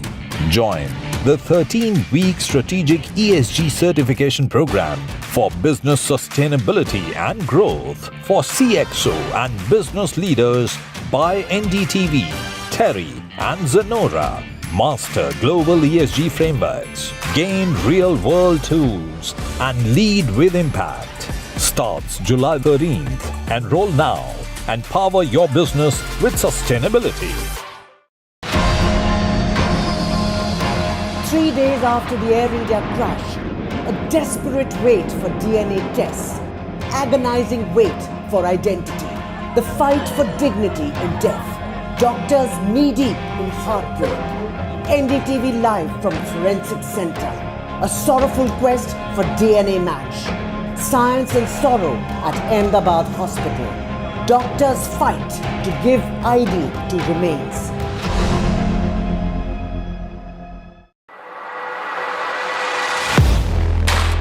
Do you really know the company you invest in? What is the real picture behind presentations and claims? Is the outlook as rosy as the company claims? Know Your Company, powered by NDTV Profit Research, shines a light on the biggest stock market movers.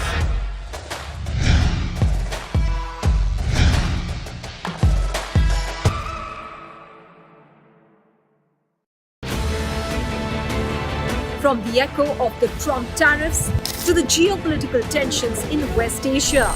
And on the sidelines, a possible thaw in the frosty relations between India and Canada. Welcome back. Let's get you breaking news coming in from the national capital, and this is in regard to the demolition drive which is underway in the Ashok Vihar and Wazirpur area, targeting over 200 illegal slum. These are slum structures. This is the second operation that's taking place. So, this is a massive demolition drive that's being carried out in the slums of Delhi's Ashok Vihar and Wazirpur area amid massive police protection. Several illegal structures were demolished during the drive by the Delhi Development Authority (DDA) using excavators and diggers, also JCB machines. The demolition is part of Rekha Gupta's government. This is the anti-encroachment drive across the national capital. About 250 police officers have been deployed as well. Over 200 homes are encroaching upon government land, and those are to be demolished is what officials were heard saying. This is the second demolition drive that is being carried out in this area this particular month. And we have Shreya, my colleague, joining us. Shreya, after the last drive that took place on the 2nd of June, and in less than 2 weeks' time, we're seeing this second demolition drive. Take us through the details. Well, definitely this is part of a large-scale anti-encroachment drive, and today I am at Jailer Wala Bagh in Ashok Vihar, and right behind me you can see the stark visuals of the major demolition taking place of all the 200 illegal homes where people have been living here for over 30-40 years. You can see the visuals of the bulldozers, and of course people are trying to and scrambling to take their belongings out of their homes. Of course the authorities had given them prior notice, and the ones who had shifted, you can I'll ask my camera person to show that these flats right in front, these are the Swabhiman flats. So the people have been rehabilitated to those flats, but many are still complaining that the basic amenities are unavailable there. And of course this place, we know there is a railway line here that is being encroached, and that is why these homes are being demolished in the first place. And because Chief Minister Rekha Gupta has also stressed accountability, that if a railway line is encroached and there is an accident, who will be responsible? It is the people living here who will have to face the collateral damage. Now I'm currently joined by this little boy who along with his family has shifted to this rehabilitation flat, Swabhiman flat, which looks all bright and colorful from outside. But I'll ask him, आप कब उधर shift किए? 1 महीने बाद. 1 महीने पहले? हाँ. उधर का क्या समस्या है? वहाँ पानी नहीं आ रहा है, और हम पानी जाते नीचे बनने, और बिजली तो आ रही है, पहले नहीं आती थी, अब आ रही है बिजली. और पानी की तो बहुत दिक्कत है. कैसे पानी आ रही है घर से? पानी बहुत नमकीन आ रहा है, एकदम खारा पानी. और इधर जो लोग अभी तक नहीं जा पाए उधर, उन लोग का घर अभी तोड़ दिया कि अभी भी उन लोग का घर नहीं? अभी हैगा, अभी स्टे लगा है, इसलिए बच गया है घर. फिर उसके बाद उनका भी घर तोड़ने वाले. तो तुम्हारा जब घर इधर का जब इन लोग ने तोड़ दिया, तुम कितने साल से इधर रह रहे हो? मैं तो पैदाइशी हूँ इधर. तो उधर जाके अब बेहतर जगह है, बड़ा जगह है? हाँ, अच्छा जगह है, बस पानी का दिक्कत है. Right. So as you heard from this 14-year-old chap who has recently shifted to the rehabilitation center, which is the Swabhiman flats, now the question of obviously it revolves around, are the urban poor of the national capital being pushed further into going into other encroachment areas and living there, or such rehabilitation centers with proper basic amenities will be provided to the people? That is the main question question that only time will tell. And for now, we know that this is part of a major anti-encroachment drive, which is completely court mandated. And these are the visuals that we are getting you from Jailerwala Bagh in Ashok Vihar. Right, thank you so much, Shreya, for getting us all those details. We will keep coming back to you for more on that.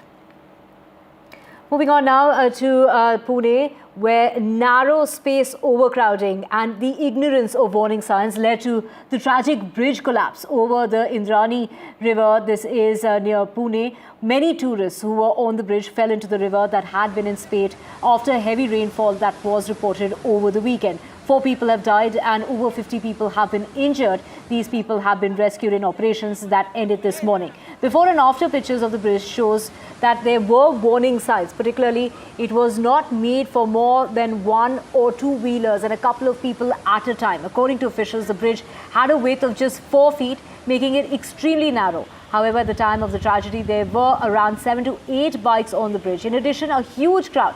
Officials said there were more than 100 people who were present on the bridge at the time, ignoring the warning board at the spot. According to officials, potholes had appeared on the bridge, causing 2 wheelers to collide. With no permanent solution, locals had put cement blocks on the bridge in order to cover the potholes temporarily. Let's listen in to one of the victims who got injured in the process when this bridge gave way. Apparently, it shook for at least about 5 minutes, is from what we're hearing from the locals in the area. Eyewitnesses saying that the bridge shook for at least 5 minutes before it collapsed. Listen in.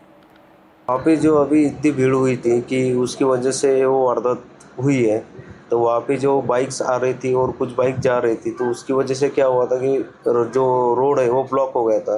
तो उसकी वजह से जो आने वाले और जाने वाले वो जा नहीं पा रहे थे, तो सब एक जगह पे जो भीड़ जमा हुई, उसकी वजह से जो बैलेंस गया और जो पुल था वो बहुत ही पुराना था, तो उसकी वजह से वो एक साइड गया और पूरा का पूरा कोलैप्स हो गया नदी में। तो उसकी वजह से क्या हुआ, जो बीच में थे सेंटर में वो पानी में बह गए, और जो हमारे जैसे थोड़े से पानी से बहाव के बाजू में थे, तो हम जाके पत्थर पर गिरे। तो पत्थर पर गिरने की वजह से हमारे पैर को लगाए, किसी के सर पे लगाए।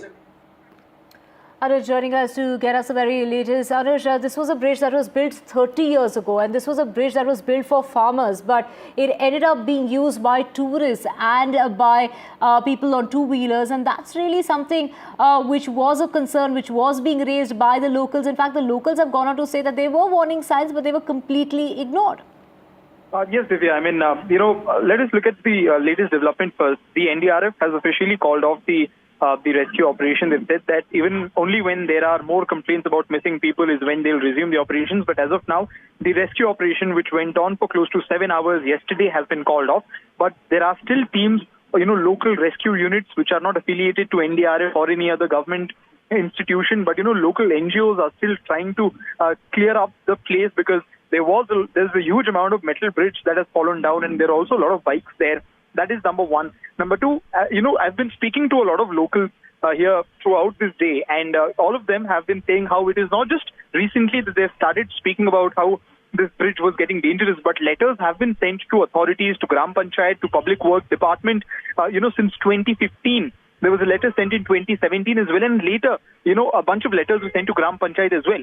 So enough warnings were given by the locals here to state or to warn the government that it's a disaster in waiting, and that, a tremendous a very difficult situation will come up on the people at any given point of time. And it sounds like some sort of a prophecy as it has come true yesterday. A bigger problem is that this bridge was extremely important for the people in Kundamala village, because it connected them to at least 6 to 7 other villages. And now with this bridge going down, it increases close to 20 kilometers of their, travel to schools, markets, or their workplace, something as basic as that. So it has definitely added a lot of woes, not just, of course, to those who have lost their lives, but also to the people of Kundamala who had been demanding time and again for a newer bridge, and all the paperwork was done. But what we have gathered, from the local authorities here is that the work order for the new bridge was passed only as recently as on 10th of June, which is literally last week. But why was there this delay, right? From 2022 till 2025, there's close to 2.5 years of delay, especially on a bridge which was termed dangerous. Right. Thank you so much, Anuj, for joining us with those details. Well, we have breaking news coming in at the moment, and this is in regard to the situation in Iran and Israel. Now, Iran has assured Indians this is in regard to bring back the Indian students from Iran. Do remember that there are about 10,000 Indians who are stuck in Iran at the moment. So this is as the war escalates. Indian students are in the crossfire as far as the war zone worries that is in fact gripping the parents. The next Indian mass evacuation is expected because this is with the assurances that are being given in regard to getting students, particularly from Karnataka, who are stuck in Iran. So this is the assurance that is being given in regard to get the students who are stuck. 10,000 Indians live in Iran, most of whom, at least 6,000, are students in Iran. We have my colleague Deepak joining us. Deepak, this is in regard to the Bengaluru body there writing to the Foreign Ministry in order to ensure that the students from Karnataka who are studying in Iran are safely brought back home. Yes, they are all studying medical education. This is at the Shahid Beheshti Medical University near Tehran is what we are learning. This is the capital of Iran, of course. They are all worried at this moment and they are hoping that the Ministry of External Affairs does everything to bring them back to safety. And at this point in time, this is R.C. Krishna, who's the Vice Chairman of the NRI Committee in Karnataka, who's written to the Ministry of External Affairs, urging for action to be taken in this regard. Now, we should note when the war between, Ukraine and Russia as well broke out, it was the case of trying to bring back medical students. And here in Iran as well, it looks like a similar case. Right, Deepak, we will keep tracking the story in regard to the students who are stuck there, students from India. There are 10,000 Indians who are stuck in Iran. Deepak, if you have any information regarding, from what we're hearing since early this morning, is that students are being made to move, to relocate them to safer locations. If you have any information regarding that, has that process been completed or is it ongoing? Well, usually in such situations, you do have certain protocols that are to be followed, especially for those who are studying in medical institutions and especially who are not from the resident country. Many of them, of course, advise to seek shelter if there is a situation where there are sirens going off. There is also alternate arrangements that are being made. Consistently, we've been told that the Ministry of External Affairs is in touch with the embassy there in Iran to make sure that any Indians who are stranded there, who are working professionals or students, they are to be kept in safe locations until they can be brought back to the country. Right. Let's just have more breaking news coming in, and this is in regard to the Petroleum Minister who has spoken to NDTV when it comes to oil stocks. Hardeep Puri has gone on to say that they're conducting daily review meetings. There's sufficient stock. That is what the Petroleum Minister has gone on to say. This is in regard to, of course, the oil situation. The Petroleum Minister, Hardeep Singh Puri, has spoken on the geopolitical uncertainty when it comes to the Middle East and due to the global tensions. Let's listen in to Hardeep Puri. 3 pages, 2.5 pages of places where we found discovery. Now, what does that mean? It means, in essence, you've got green shoots discovery. Each place you found the oil, now you're estimating it, then you're digging deeper and deeper. As we speak, we have 4 places where ONGC and Oil India Limited are digging at 5,000 meters. I gave you figures at 2,500, 3,000. You have to keep giving it. Now, why was there reluctance earlier? I'll tell you that. Let's just also talk about the situation in Iran and Israel, and it is, of course, affecting as far as oil pricing and gold prices are concerned, and that's going to have a direct impact as far as India is concerned. But Hardeep Puri, the Petroleum Minister, has gone on to assure that the uncertainty as far as the Middle East is concerned, the geopolitical uncertainty, is not impacting India, at least as of now. He's gone on to say that we have enough stock, there is sufficient stock as far as the energy situation is concerned, and our own production is also increasing, is what the Petroleum Minister has gone on to say. Do remember the conflict between between Ukraine and Russia did not have an impact as far as India is concerned because of the deal that India struck with Russia in regard to the petroleum prices. But now, as we are seeing this conflict between Iran and Israel, how will this impact India is the big question. But Hardeep Singh Puri, the Petroleum Minister there, giving all kind of assurances that for now there is ample stock, there is enough stock, and that our own production when it comes to the energy sector is also increasing. So they are, he's also gone on to say that they are conducting a daily review of the situation because this is a developing situation. Do remember, it's been 3 days and today is the 4th day of the conflict and the escalation and the explosions that one is hearing on both sides between Iran and Israel, and both sides not backing down. In fact, the United States might also get involved in the situation is what we are hearing, but Iran has gone on to reject those truce, the ceasefire offer that's being made by the mediators Oman and Qatar. We have Himanshu joining us to get us the very latest. Himanshu, should India be really worried about the energy sector at this point in time, given the fact that both sides, whether it's Iran or Israel, not really backing down? In fact, will America get involved? Will the situation start to de-escalate? A lot of questions hanging in the air for now, but majorly, how does this impact India and its oil pricing? Well, it is, of course, likely to affect India directly. As you know, we import around 80 to 85% of our oil needs from international market. We import around 220 million tons of crude oil from different parts of the world. And if this uncertainty that has now been created because of this war in the Middle East, which is intensifying, has led to increased volatility in the international crude oil market. If you just look at the crude oil prices, the Brent crude, the index at which India buys crude oil from the international oil market, the prices have been fluctuating between 8 to 10%. And this increase, of course, is going to hurt our oil import bill. Oil economist Kirit Parikh has told NDTV that for every dollar increase in the crude oil price, the oil import bill of India goes up by around 12,000 crore. So imagine if because of this uncertainty, if the crude oil becomes expensive by $10 per barrel, it will push up India's oil import bill by up to 1,20,000 crores. And that is the context. Right. Himanshu, hold on to that thought. Let's just cut across to Prime Minister Modi, who is in Cyprus at the moment. Prime Minister Modi, there as visuals you can see. Let's just pull up those visuals of Prime Minister Modi. Tiny island nation. Even though it's tiny, it holds strategic influence because as we've been talking about the natural resources and the shipping industry there. And also the Indian diaspora there, it's numbering from 14 to 20,000. So that tiny nation has a lot of Indian origin people there. So there's a lot of connect between India and the nation that's quite far away from India. Indeed. Viewers tuning in right now, on your screens are those live visuals that are coming in of the delegation level discussions that are currently underway between India and Cyprus. On the Indian side, you can see the Prime Minister, National Security Advisor, Foreign Minister and the Foreign Secretary, and likewise their counterparts on the Cyprus side as well. What is expected, the press statements that will come out will give a sense of the thrust and the focus of the India-Cyprus relationship here going forward. On the economic and strategic sides, Vishal, there is likely to be focus on the Mediterranean connectivity, the IMEC corridor, focus also on fintech, given the fact that there's an MOU signed between GIFT City and the stock exchange in Cyprus. But I guess it's the importance of the snub to Turkey. That is the single most important geopolitical takeaway of these visuals on our screens, isn't it?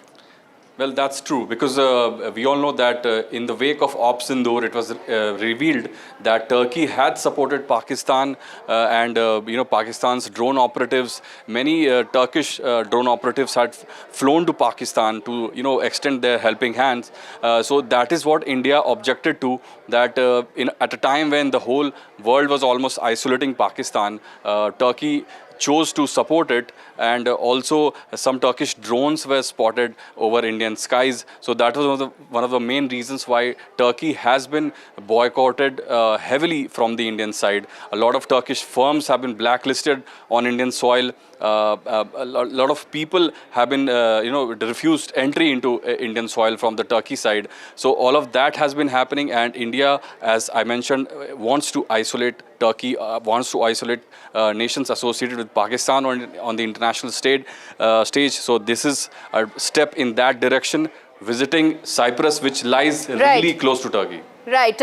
So viewers, Greece, Turkey and Cyprus have been engaged in a very long war. Turkey, in fact, illegally occupies a third of Cyprus territory, something on which talks have gone but haven't progressed at all. In the backdrop of that, this visit, the first visit after Operation Sindoor is to Cyprus. That's the big headline here. The first visit of the Prime Minister is to Cyprus, a country which has an uneasy relationship with Turkey because Turkey occupies a third of Cyprus's territory. So this has a very strong messaging there, and along with that, the several strategic aspects to it. And I want to come to that as well, Vishal, because the IMEC corridor, the Mediterranean connectivity, that I think could be a very large long-term boost for India, and also India's aspirations to be a regional heavyweight when it comes to geopolitical and geoeconomic strategies. Exactly right. And IMEC, the world has its eye on IMEC because India will play a key part in it. That IMEC corridors will cover India to the Middle East and rest of the world. It will be a multi-trillion-dollar project is what experts have suggested. It will take some time to be completed, but India and the Middle East will have a key role in that. And just to talk about India-Cyprus ties, there has been a history between both the countries. There have been regular exchanges at the top level. In 2022, Jaishankar visited the island nation. In 2019, PM Modi met Cyprus president in US.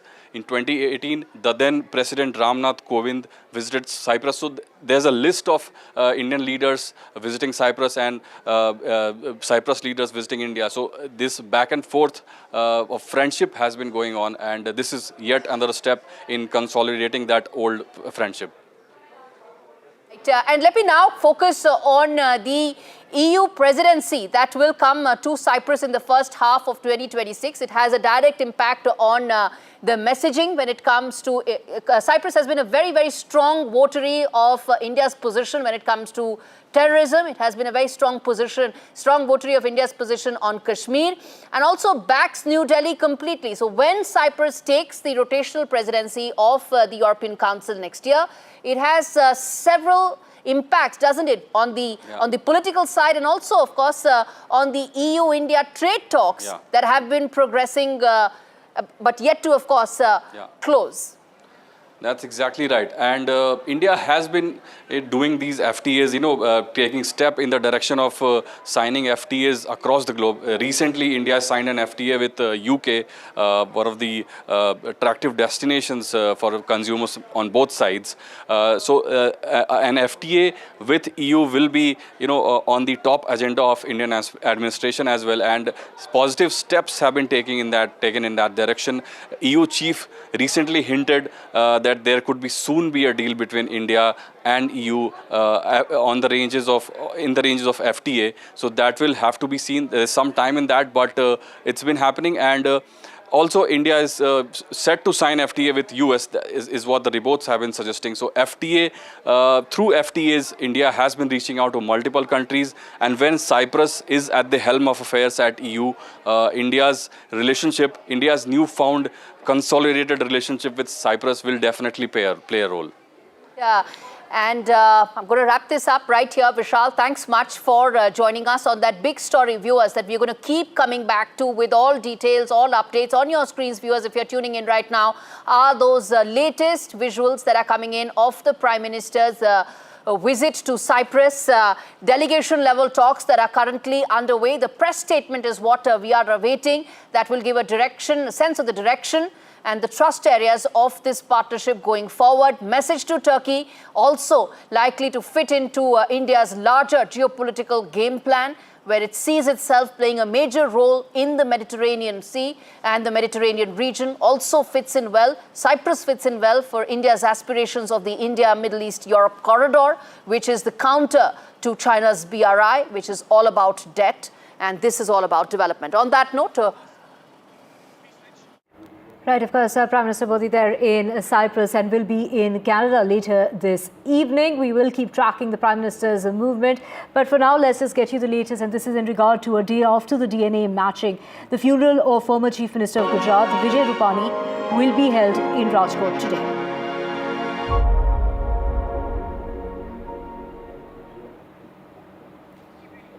The mortal remains have reached Rajkot after they were handed over to the family members who reached the Ahmedabad Civil Hospital at about 11 o'clock this morning. Gujarat has come to a standstill. Of course, he will be bestowed the full estate honours. The Home Minister is going to be there at the cremation as well. The cremation that's going to be taking place with full estate honours at 5 p.m. today. It's a tribute not just to the former Chief Minister but to a leader who quietly but firmly shaped Gujarat's political culture in the post-Modi Amit Shah era. Vijay Rupani was often described as a man who filled the political vacuum when Narendra Modi moved to Delhi and Amit Shah took over the national reins. Well, his elevation to the Chief Minister's post took place in 2016 and came as a surprise to many. The state, as far as the BJP president is concerned, and a cabinet minister, Rupani, was chosen over other contenders. His appointment was seen as a balancing act by the BJP's central leadership. Someone who was non-controversial, loyal and had RSS grounding and could steer Gujarat through its first post-Modi phase without deepening the factional rifts.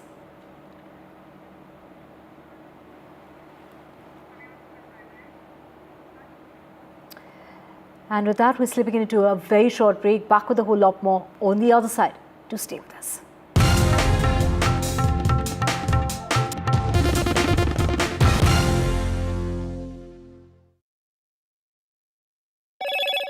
Hello, Moto.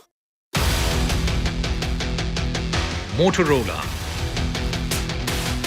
India's leading AI smartphone brand.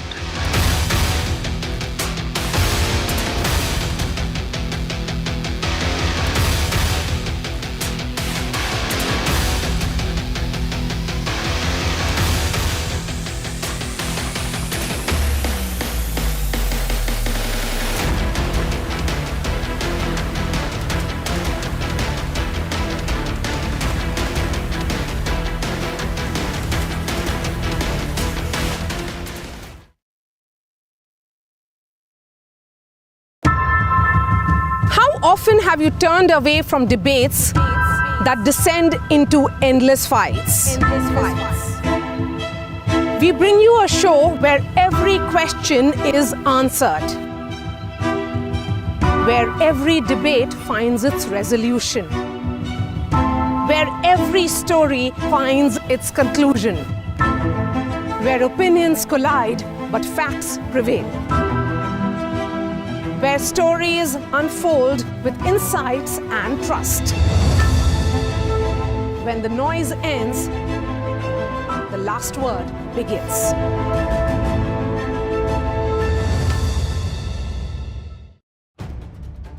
If it matters to you, if it matters to you, if it matters to you, it matters to India. It matters to India. And it matters to me. And it matters to me. India Matters with Shivaru.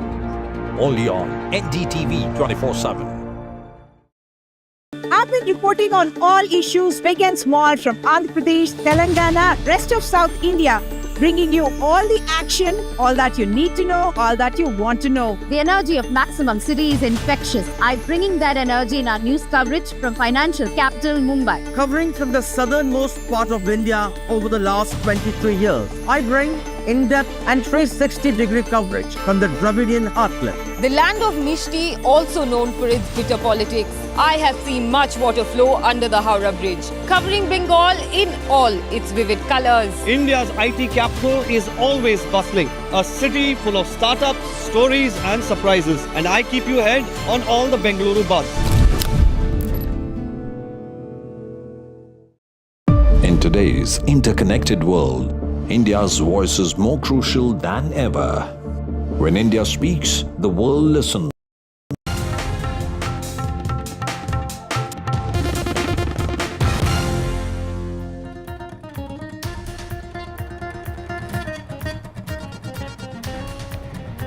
In Bengaluru, a Rapido driver was seen slapping a female passenger. Language barrier witnessed in the argument. An altercation took place between the rider and the passenger in the daylight.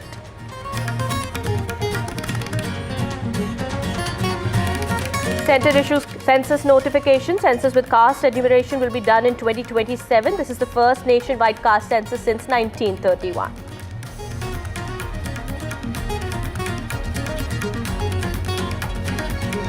Prime Minister Modi is in Cyprus as part of his three-nation tour. Cyprus confers PM Modi with highest honour, strategic push amid tensions with Turkey.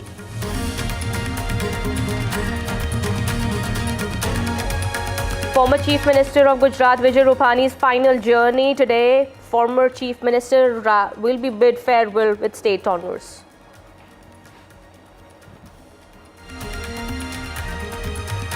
It's a crucial discovery in Air India Ahmedabad plane crash investigation. AI-171 cockpit voice recorder has been found. It will give clarity on the Mayday message by the pilot.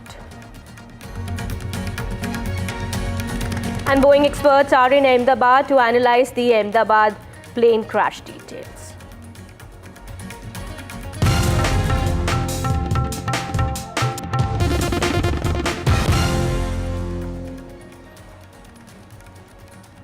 Hi there, a very good afternoon. You're watching NDTV 24/7. My name is Kitty Patel. We're starting this edition with some big breaking news now coming in. Well, there is a video of an altercation between a woman and a Rapido driver in Bengaluru's Jayanagar that has gone viral. That's the video on your TV screens. The Rapido driver was seen slapping the female passenger after the argument they had went out of control. What's also being learned is that the woman who had booked a Rapido bike ride was irked with the rider for his rash riding. And after she questioned him over the same, she's also even said to have abused him. However, we'll try and get more confirmation on that as to what really transpired there exactly from my colleague Deepak. We are given to understand the argument had escalated and they both could not understand each other, as one spoke only English and the rider only Kannada. All right, this is what has happened. In Bengaluru, we understand. My colleague Deepak Bopanna also now joins us on the broadcast. Deepak, this is very unfortunate. We had this video that's playing on our TV screens here. This woman was slapped apparently by the Rapido driver and she's seen falling on the ground. What really happened there? What action is being taken in this regard? Well, whatever the argument was, the attack, the assault was completely unwarranted and appalling to say the least. What's even more appalling is that people are mere onlookers to this, incident. The society as a whole, time and again, questions are raised as if we are doing, enough to protect our women on the streets. And here in broad daylight, while a woman is being slapped, and we are looking at those visuals on our screens, nobody coming to her rescue is something that has shocked everybody. Now, this is an instance where, we've been told that she booked a, ride, was not very happy with the way he was riding. He was negligent, he was rash. She confronted him about this. They stopped and, an argument broke out. There was an issue about, what she was saying because they were not able to communicate in the same language. She continued to speak in English and, question him while he continued to, speak in Kannada. There were locals there who were trying to mediate. But, while she refused to pay, what was due, and then said that she won't give a helmet is what we are learning. Again, these are based on some of the information that we are picking up. That's when this individual is said to have slapped this woman. She falls to the ground. Even then, nobody there reprimands him, or at least doesn't look like in the video. And, right now the police are, hoping that the woman gives them all the details so that an FIR could be registered. What we are picking up is that she does not want to pursue this case, right now. Based on the initial information that they were able to gather, the Jayanagar police have registered a non-cognizable report in the case and they continue to investigate. If the woman decides to go ahead and give all the details and cooperate with the investigation, they want to register an FIR as well. The cops are also looking at the option of whether, based on this particular video footage that's available, whether they can also, suo moto take up a case too. All of these developments expected, but meanwhile... Can you also tell us when did this incident happen? Also, you're saying that nobody came to the rescue of this woman, nobody came for help to help this woman? Yes, it's clear from the video, isn't it? When this man slaps her, the people are there, watching. And the least that they could have done is reprimanded him, held him off. But the argument after that as well continues as the woman questions him how he could, lay a hand on her, and that, she will look into this. And the locals or whoever were there, bystanders, really don't come to her aid. What exactly was the conversation before that? even if she was abusive, he should have gone ahead and filed a complaint with the police or taken this matter differently. But assaulting a woman there in broad daylight was something that was quite appalling, to say the least. The police, like I said, are looking at two options. One is to speak to the woman once again, who has said that she does not want to pursue the matter, to file an official FIR, or suo motu take up the case. The incident, of course, taking place day before yesterday. The police continue to investigate the matter. All right. Thank you so much, Deepak Bopanda, for getting us all those details there. We understand no FIR has been registered so far because the woman doesn't want to go ahead with her complaint. But, we understand the police has insisted that she file an FIR in the case, she file a complaint so that appropriate action can be taken against this man who's seen slapping her and assaulting her in broad daylight in front of the public there, but nobody of course came to her help, and that is quite evident in the video that we are showing to us here, to you here on your TV screens. All right, we will try and get more details on that in just a bit. Big breaking news are coming in. We are learning in connection with the Ahmedabad crash probe. DNA samples have been matched for 94 bodies now. The count has risen. We understand, families have been eagerly waiting for this day and night. They've been waiting at the hospitals also for the confirmation of the DNA match. We are now given to understand that a total of 99 bodies, 99 DNA samples have been matched with the bodies that have been recovered from the crash site. This is what we are learning at the moment now. 64 bodies have also been handed over to the families so far. My colleague Ankit also now joins us on the broadcast. He's been tracking all these details here. Ankit, this is what we are learning now. DNA match confirmed for 99 bodies so far, and as many as 64 bodies have also been handed over to the families.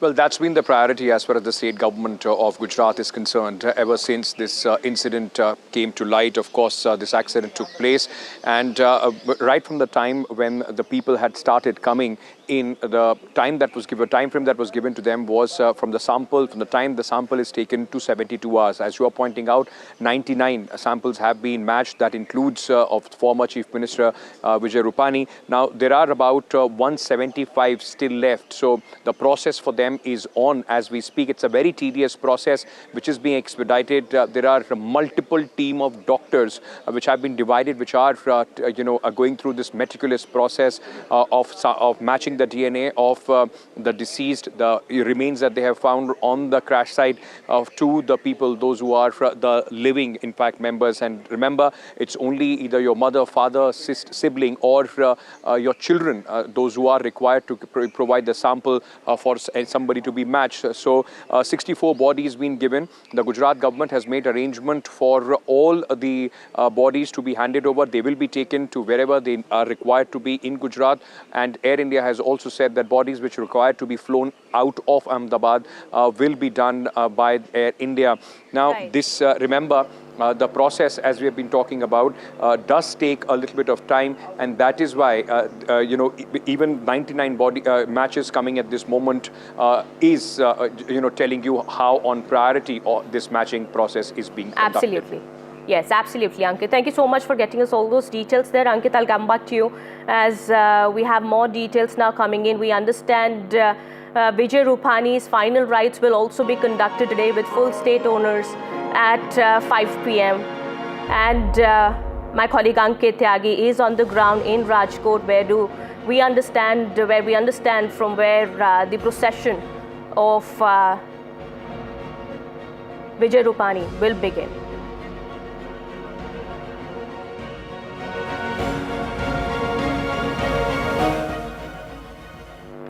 Well, a day after the DNA match, the funeral of former Chief Minister of Gujarat, Vijay Rupani, will be held in Rajkot with full state honours. His mortal remains are expected to reach Rajkot in some time from now, after they were handed over to his family members who had reached the Ahmedabad Civil Hospital at 11 a.m. What we are now learning is that the final rites will start at 5 p.m. and before the last rites, his body public viewing for about an hour. Well, the final procession of Vijay Rupani is expected to begin at around 4 p.m. Before that, we understand Union Home Minister Amit Shah is also expected to reach Rajkot. at around 3 p.m. Well, BJP Gujarat Chief C.R. Patel, other senior members of the BJP are also expected to attend this ceremony, and Gujarat Chief Minister Bhupendra Patel, other state ministers will also take part in the funeral procession. Well, a one-day state mourning has also been declared in Gujarat, we understand, and today the final rites of Vijay Rupani will be conducted, expected at 5 p.m. My colleague Ankit Tyagi with us on the broadcast here. He's in Rajkot tracking all the details there. Ankit, we understand the mortal remains are expected to reach in some time from now? Well, that's right. The mortal remains are expected to reach the airport first at around 2:30 is what we've been told, that from the airport there will be the journey of Mr. Rupani back to his native place is going to begin. Let me very quickly give you a sense of where I am standing. This is on my left where I am, just 2 houses down, where you'll see a green sheet. That's where Mr. Rupani's residence, named after his younger deceased son, and the arrangements for the people to come here, because remember, Vijay Rupani, the former chief minister, rose to the seat of power from Rajkot. He was a corporator, went on to become a mayor and then MLA, and of course to the seat of the power in the state of Gujarat as the chief minister in 2016, when the handover took place between Anandiben Patel, the former chief minister, and Mr. Rupani. Now, this is a temple complex where, we have just been asked to come out because there are security arrangements and checks which are taking place. Remember, the Home Minister and other dignitaries of the state are expected to come here. And what you see in between, just beyond those cameras, is where Mr. Rupani, at around 4 o'clock, his mortal remains will be kept for people to come and pay their last respects. 4 to 5 is the time which has been kept for this arrangement. And from here at 5... All right. Ankit, I'm sorry, I'll have to interject there. We are now learning that Prime Minister Modi is in Cyprus. He's speaking at the moment. Let's first dip into that. दिल को छू गया. अभी कुछ देर पहले मुझे Cyprus के इतने बड़े सम्मान से अलंकृत किया गया. ये सम्मान केवल मेरा नहीं, 140 करोड़ भारतीयों का सम्मान है. यह भारत और साइप्रस की अटूट मित्रता की मोहर है. इसके लिए मैं एक बार फिर हृदय से आभार व्यक्त करता हूं. फ्रेंड्स, साइप्रस के साथ हम अपने संबंधों को बहुत महत्व देते हैं. लोकतंत्र और रूल ऑफ लॉ जैसे मूल्यों में साझा विश्वास हमारी साझेदारी के मजबूत आधार है. भारत और साइप्रस की मित्रता न परिस्थितियों से बनी है और न ही सीमाओं से बंधी है. ये समय की कसौटी पर बार बार परखी गई है और समय के हर दौर में हमने सहयोग, सम्मान और समर्थन, इस भावनाओं को जीवंत रखा है. हम एक दूसरे की संप्रभुता और क्षेत्रीय अखंडता का सम्मान करते हैं. फ्रेंड्स, 2 दशक से भी लंबे अंतराल के बाद किसी भारतीय प्रधानमंत्री की साइप्रस यात्रा हो रही है और ये आपसी संबंधों में एक नया अध्याय लिखने का एक स्वर्णिम अवसर है. आज राष्ट्रपति जी और मैंने द्विपक्षीय संबंधों के सभी पहलुओं पर व्यापक चर्चा की. साइप्रस के विजन 2035 और विकसित भारत 2047 के विजन के कई पहलुओं में समानता है. इसलिए हम साथ मिलकर भविष्य को आकार देंगे. अपनी साझेदारी को स्ट्रेटेजिक दिशा देने के लिए हम अगले 5 वर्षों के लिए एक ठोस रोडमैप बनाएंगे। रक्षा और सहयोग को और मजबूती देने के लिए द्विपक्षीय डिफेंस कोऑपरेशन प्रोग्राम के तहत रक्षा उद्योग पर बल दिया जाएगा। साइबर और मैरीटाइम सिक्योरिटी पर अलग से डायलॉग शुरू किया जाएगा। क्रॉस बॉर्डर टेररिज्म के विरुद्ध भारत की लड़ाई में साइप्रस के सतत समर्थन के लिए हम बहुत बहुत आभारी हैं। आतंकवाद, ड्रग्स और आर्म्स की तस्करी की रोकथाम के लिए हमारी एजेंसीज के बीच रियल टाइम इंफॉर्मेशन एक्सचेंज का मैकेनिज्म तैयार किया जाएगा। हम दोनों सहमत हैं कि हमारे आपसी व्यापार और निवेश में बहुत पोटेंशियल है। कल राष्ट्रपति जी के साथ मैंने दोनों देशों के आर्थिक संबंधों को लेकर बिजनेस जगत में एक उत्साह और सिनर्जी को महसूस किया। हम एक पारस्परिक लाभकारी भारत और ईयू फ्री ट्रेड एग्रीमेंट को साल के अंत तक संपन्न करने के लिए काम कर रहे हैं। इस साल भारत, साइप्रस और ग्रीस बिजनेस और इन्वेस्टमेंट काउंसिल भी लॉन्च किया गया है। इन इनिशिएटिव से दोनों देशों के बीच आपसी व्यापार और निवेश को भी बल मिलेगा। Technology, innovation, health, agriculture, renewable energy. All right, Prime Minister Modi there speaking as he is in Cyprus. Meanwhile, we shift our focus here to the mortal remains of Vijay Rupani, which have now reached Rajkot. We understand the final rites of Vijay Rupani will be carried out here in Rajkot at 5 p.m. And before that, the mortal remains were brought from Ahmedabad to Rajkot through a flight where you have the family members of Vijay Rupani also were seen seated in this ambulance as others have also gathered to pay their last respects here. Well, this is the People's Chief Minister, and his final rites will begin in Rajkot. Rajkot used to be seen as the Karyasthal or the Karm Bhumi of Vijay Rupani. Vijay Rupani, one of the few Chief Ministers from Saurashtra that Gujarat has had. Anjali Rupani there, somebody who was known to him since his college days, ABVP days, and also Rishabh Rupani, his son. He was also somebody who believed in giving a lot of time to his family, and he was okay, we go back to Prime Minister Modi now. He is in Cyprus, a diplomatically significant visit, a 3-nation tour.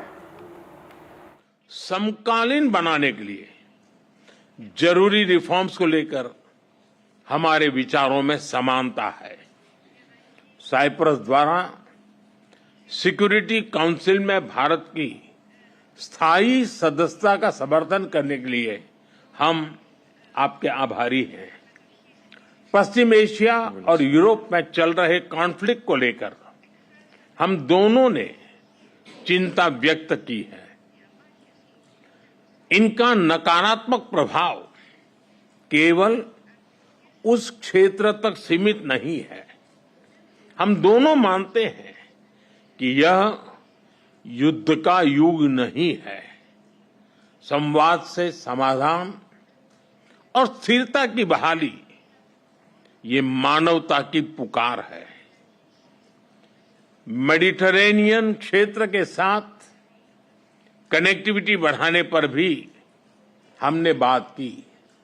हम सहमत है कि India, middle east, Europe economic corridor से क्षेत्र में शांति और समृद्धि का मार्ग प्रशस्त होगा। राष्ट्रपति जी, मैं आपको भारत यात्रा के लिए सादर निमंत्रित करता हूं। आशा करता हूं जल्द ही भारत में आपका स्वागत करने का अवसर मिलेगा। एक बार फिर इस विशिष्ट आतिथ्य और सम्मान के लिए बहुत बहुत धन्यवाद।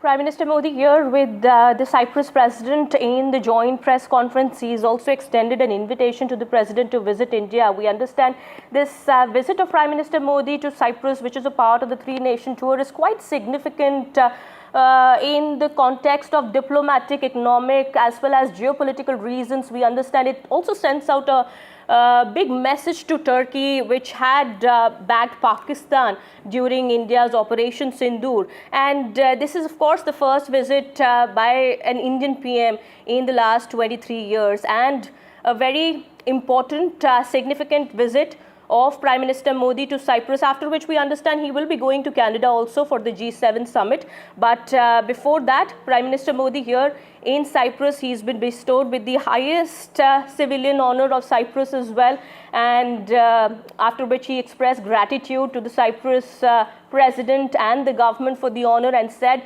that it was an honor to the ideology of Vasudev Kutumbakam. Well, the Prime Minister also sending out a message to Turkey, in also a message that India is strengthening its ties with all those countries that have been historically against Turkey in some aspects, including Armenia, Egypt, and of course Cyprus now. Meanwhile, moving on to the story that is our top focus today. Mr. Rupani, Vijay Rupani's mortal remains in Rajkot, which is his emotional spot, a city that gave him the position of a corporator, an MLA, an MP, and finally the Chief Minister. Anjali Rupani there, somebody who has been with him for several years. Remember, Mr. Rupani also lost his youngest son a few years ago, and Pujit Rupani, in fact, his son Rushabh Rupani is also sitting next to his mother, and this is Mr. Rupani's family with the mortal remains of Vijay Rupani, and people will be allowed to pay tributes to their leader, to their chief minister, to a person that they could relate with. They used to call him Vijay Bhai in Rajkot. He used to represent Rajkot West for several years. This is the same seat that Mr. Modi, the Prime Minister of India, made his electoral debut from in 2002, a very important seat, also represented by Vallabhbhai Wala in the past. And this is the cavalcade of Vijay Rupani, cavalcade that carries the mortal remains of Vijay Rupani. And of course, this cremation is expected to take place around 5 p.m. today is what we understand. C.R. Patel and Amit Shah, both senior ministers in the Modi cabinet, are expected to attend this meeting. With us in the studio is Sajan Kumar, political analyst and writer. Thank you, Sajan, for joining us on this broadcast. How do you see the importance of somebody like Vijay Rupani, somebody belonging to the Jain Baniya community, somebody who comes from Saurashtra, because after Keshubai Patel, the fact that you had a chief minister from Saurashtra itself was a big thing. And the fact that he was so mild-mannered, non-aggressive, in a state which has produced leaders like Narendra Modi and Amit Shah and Anandiben Patel. How do you see his... And even Shankar Singh Waghela. Yes, he also was. So how do you see his presence in that whole rainbow of leaders from Gujarat? So one of the contrasts about Rupani was always that he's being quite humble and accessible. That was, and always used to maintain a relatively low profile, not someone who would be very media savvy or giving statements. But besides that, being the old guard since JP movement, emergency time, what was also important that traditionally BJP has been weak in Saurashtra, and within the beginning of BJP strengthening in Saurashtra region, you see it starts from Rajkot, which was the base of Karma Bhumi of Vijay Rupani. So that goes into his making not just his own political career, but also contributing to the expansion of the party. Also, you see, he took the mantle of the CM at a time when Patidar movement was going on, Hardik Patel. Then you have Alpesh Thakur is leading the Thakur movement, another populous OBC caste in northern Gujarat. It was also the time when post GST, many of the business community in Surat's Hamari Bhool, Kamal Ka Phool was difficult, and he took the mantle at that time in 2016. and it was considered to be the most difficult assembly elections for BJP at that time, and it seemed that as if Congress may perhaps snatch the power away from the clutches of the BJP. So he took the mantle and successfully led BJP to the victory, 105 seats out of 182. And thereafter slowly BJP started gaining the old confidence. Because of the internal equations, perhaps BJP's state calculation before 2022 election to placate the partidars once again. Right. He was replaced with Bhupendra Patel just 1 year. So that way he contributed to the party, but you do not see him ever expressing the grudge or ever kind of showing any sort of an activity. He shows the core is what people say. Exactly. Ajay Sancheti also joins us, former MP. We have Shirish Kashikar, political analyst. Shirish, to you first. Professor Kashikar, 2017 was one of the most difficult elections that BJP has fought in Gujarat. The party was reduced to 99 seats, a simple majority, but it was also an election that was fraught with lots of tensions, the Patidar Andolan and illicit liquor and Jignesh Mevani, Una flogging and also GST rollout. Then of course in 2021, Vijay Rupani, under his leadership, BJP won all the 6 municipalities of Gujarat, including Surat, Rajkot, Vadodara. How do you explain his political career, his ups and downs? Because clearly he did not let that kind of pressure affect his work. Vasudha, basically Vijay Bhai was considered to be, the man of party, Sangathan, what we call the organization. And he reached to the various cadres through his experience and his political acumen. Right. He started his career as a ABVP Karyakarta and he reached up to the Chief Minister of Gujarat. And in between, he has done a lot of struggle, political struggle, struggle for the political survival, in fact, from being Mayor of Rajkot to Rajya Sabha MP from Rajkot and then a cabinet minister in Anandiben's ministry and then Chief Minister. But the most important aspect, as Mr. Sajjan Kumar was also saying, that he was a very affable person, and the most important aspect that he was always loyal to his party and the ideology of the nationalism. Let me tell you one incident. When the Shankar Singh Waghela started Rashtriya Janata Party and almost 90% of Rajkot BJP office bearers went, they shifted their career and they went to Rajapa. Only 2 people were there who still believed in BJP's capacity. One was Mr. Raju Dhruv, who is now the spokesperson, and another was Mr. Vijay Rupani. Right. And with Mr. Vijay Rupani's style and with his capacity, they again started rebuilding BJP. So the first generation, Keshubhai Patel from Jansangh to BJP, and in the second generation, we can call we say Vijay Bhai was one of the stalwarts, who was a second generation BJP and urban leader in Gujarat. Urban leader, that is an important aspect of Vijay Rupani's personality. Certainly, that's what most leaders are highlighting. And someone who has worked very closely with late Vijay Rupani is former BJP MP Ajay Sancheti. He is also joining us now. Mr. Sancheti, your memories of Vijay Rupani, what do you think stood out the most in his 3-decade-long political career? See, as mentioned earlier by other people also, Vijay Bhai was an extremely sober man, simple man, but firm with the ideology. I remember whenever I met him, he had been to, I'll just narrate one small incident. He was in Nagpur for a Gujarati Samaj function, and some people approached him asking that they need certain facilities in Gujarat and all that. He very calmly, quietly listened them and just said, Ajay Bhai, aap jara sab dekh lena aur kya hai kya nahi mere ko bhej dena. And whenever I used to send some people's request to them, it was very well attended. Whatever legitimate request was there, his office could attend it. He used to look into. A man with high stature, no greed of any chair, and used to work continuously, flawlessly for the party ideology. Mr. Sancheti, also, how would you describe Mr. Rupani's relationship with the Prime Minister, also with the Home Minister? He was largely seen as non-confrontational, someone who's not very aggressive, very mild-mannered. Did that also help him survive and thrive in this party? See, question, the party survived because of such karyakartas. And absolutely, as I showed, there was no greed for any chair for him. Whatever responsibility was given by the party, he gladly accepted it, and he always moved on to the next responsibility. His chair was not an important issue for him any time. Right, a man with no greed. Thank you, Mr. Sancheti, for joining us. Also, going across to Ankit now. Ankit, you've been reporting from Rajkot, which was an emotional sweet spot for Vijay Rupani. This is the city that saw him as a corporator and then, of course, as an MP, MLA, and then finally as a Chief Minister. Today, it is an emotional moment for the city because they're also witnessing the final rites of the son of the soil. Tell us what kind of arrangements have been made there. What are people saying about him today? Well, it's a day of remembrance for the man, as you described him, as the son of the soil. Rajkot has been the place where he rose, learned the tricks of the trade in politics and rose to the top job in the state of Gujarat. Corporator, mayor, MLA, chief minister, MP, all that portfolio. But one thing that people here are remembering him about is that Vijay Rupani did not change from being the corporator to the chief minister or even the MP later.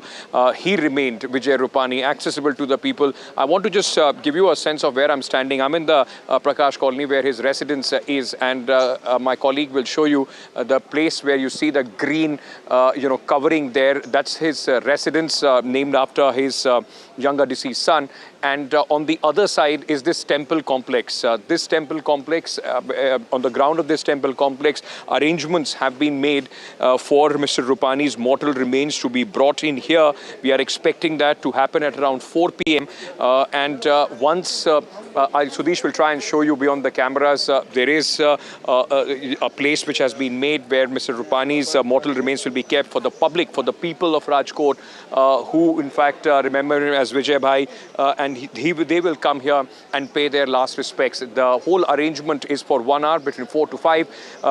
The Home Minister is also expected to arrive in Rajkot at around 3 p.m. He will first come to his residence and then, of course, will come here to pay his respects. And that is the reason why massive security arrangements have also been made. Remember, the Chief Minister and other VIPs also in tow. And what will happen at this place is that the people would be allowed to pay their respects, and then from here at 5 o'clock we are expecting the procession, the final journey of Mr. Rupani to begin. This will be then to a crematorium which is about 4 kilometers from here. We are expecting it to be a half an hour, at least 1 hour long journey where people of Rajkot, those who are not able to come here, would be able to in fact see that entire procession, and then he will be laid to rest. His cremation would begin, and his family members are also accompanying him from his mortal remains from Ahmedabad. We are expecting his wife and son to arrive here in a short while from now, and then of course the final preparations are going to begin. But at this moment Rajkot awaits one of their most illustrious son of the soil, Vijay Rupani, who is now on his final journey. Yes, Ankit, and Rajkot has been very, very special for the BJP, also for Vijay Rupani, as you pointed out.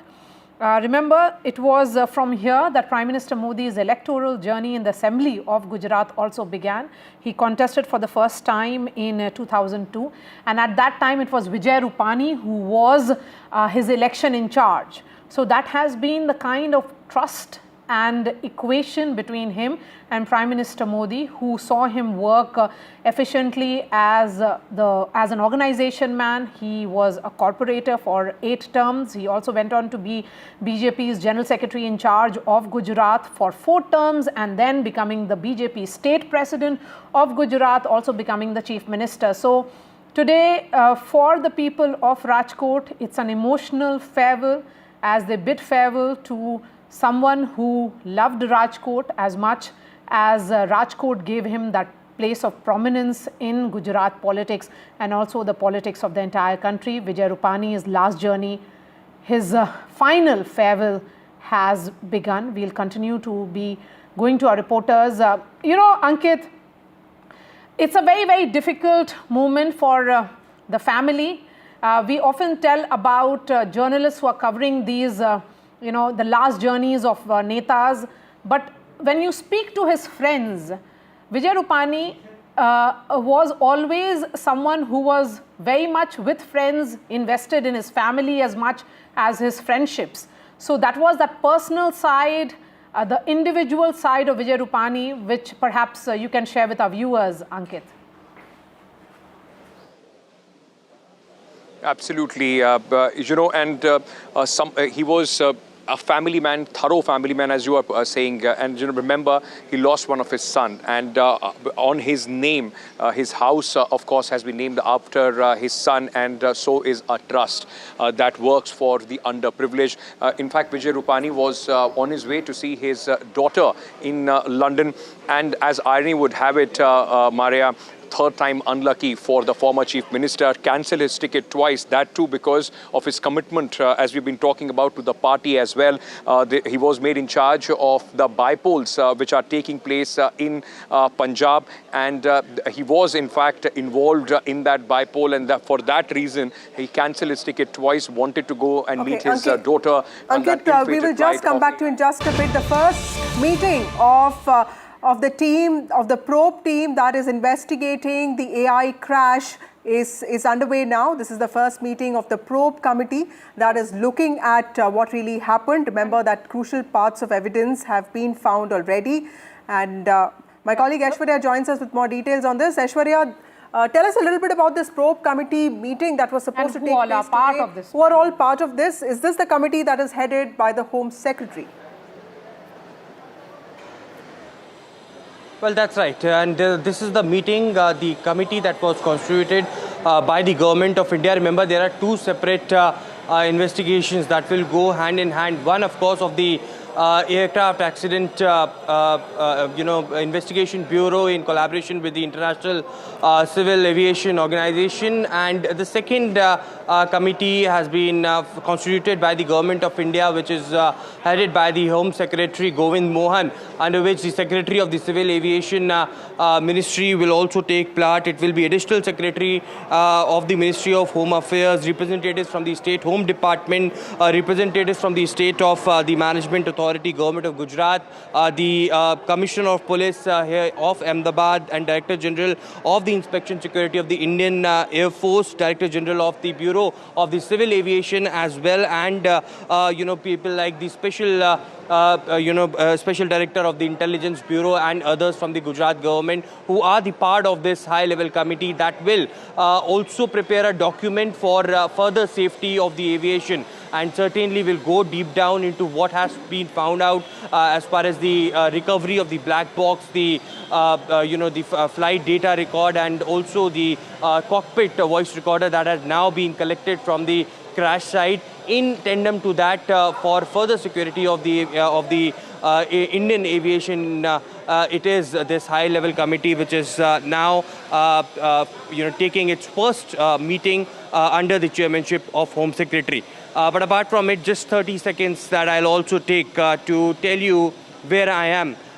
We are speaking about former Chief Minister Vijay Rupani as well, whose mortal remains had now reached to Rajkot. And here where I am standing is the same hospital where Vijay Rupani's mortal remain left just few hours.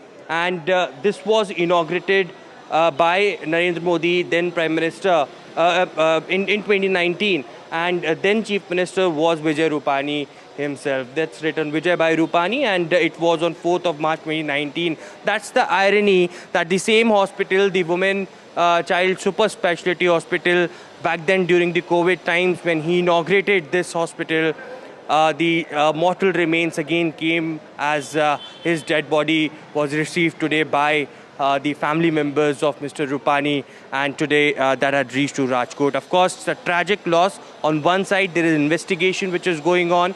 On the other, the family members are mourning their losses for their loved ones, and they are quite emotional. Till now, the latest data that we have received from the hospital authorities is 99 DNA samples had been matched, 64 dead bodies had been given and been handed over to the family members who have come to the civil hospital in Ahmedabad. Right. Thank you, Aishwarya. Very interesting points there. The final journey of the mortal remains of Vijay Rupani sent from the same hospital that he inaugurated in 2019 when he was a chief minister. And of course, Prime Minister Modi was also the Prime Minister then. And of course, while we continue to focus on Vijay Rupani's final rites, here's also some breaking news on the Lufthansa flight that made U-turn today. And this was a flight that was en route to Frankfurt, to Hyderabad from Frankfurt. My colleague Shiv Arur joins us with more details on this. Shiv, help us understand if this was a sense of heightened caution by the pilot, because this was also a Dreamliner there. What have you picked up?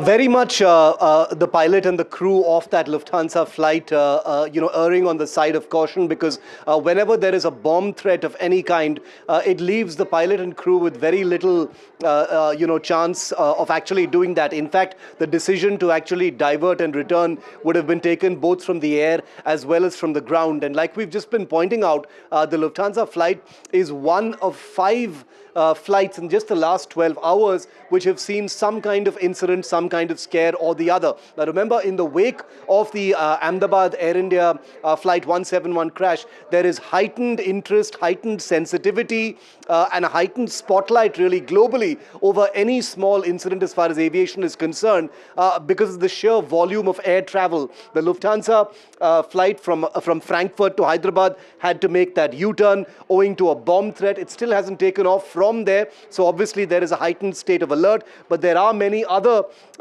aircraft and flights as well, at least 5 in the last 12 hours that have seen this kind of shift. So this smoke detected on the wheels of a flight that landed, a Saudi Airlines flight that landed in Lucknow. It was the wheels of the flight actually saw some sparks. So this was that second flight that we saw.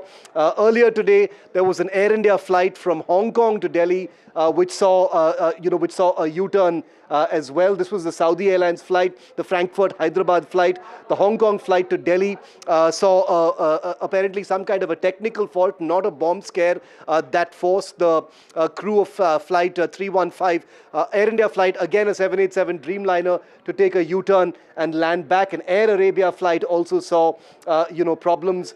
This was a technical issue as far as that flight was concerned once it actually landed. This was Saudi Airlines. So, a whole host of them. Remember, it's important to put into context that individually each of these issues may not be of, heightened interest, but at a time when there is uncertainty over civil aviation in general, there is a cloud hanging over the global directives that might emanate from the big investigation that's going into the Ahmedabad crash. Every little incident that takes place, and all of these appear to be connected with India, either inbound flights or flights leaving from the country, there is going to be a sense of disquiet, uncertainty among the flying public, and that's the reason why we will factually report on each one of them. And Shiv, the point that you're trying to make, certainly about 5 such incidents in the last 12 hours is an indication of great degree of caution on the part of these pilots as well. Why do you think the number of such incidents has increased, particularly after that crash in Ahmedabad? Like I said, I think in the flying public in general, on social media, in the media in general, we're all tuned towards air emergencies at this point of time because of this atmosphere of dread and tragedy that has been created by what happened tragically to Flight 171. But your question is a very important one, because there is a sense, and I've spoken to some experts, if we take the example of AI Flight 315 from Hong Kong to Delhi, which took a U-turn and landed back in Hong Kong owing to some kind of technical fault, there is reason to believe that in the wake of uncertainty over the 787s, over what kind of results will emerge from that investigation into what happened to the Ahmedabad flight, there could be a greater sense of sensitivity among pilots right now to err even more on the side of caution than they usually do, probably providing an even larger margin of error in terms of a focus on safety.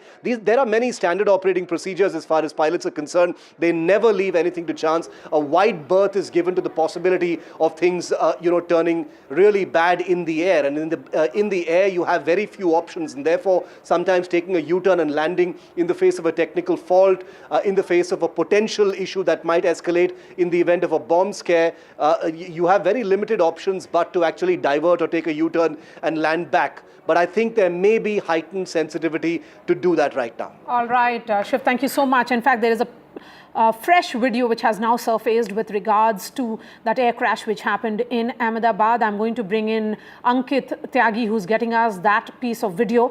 Remember, 265 lives, including 241 passengers and several junior doctors and local residents died in that airplane crash.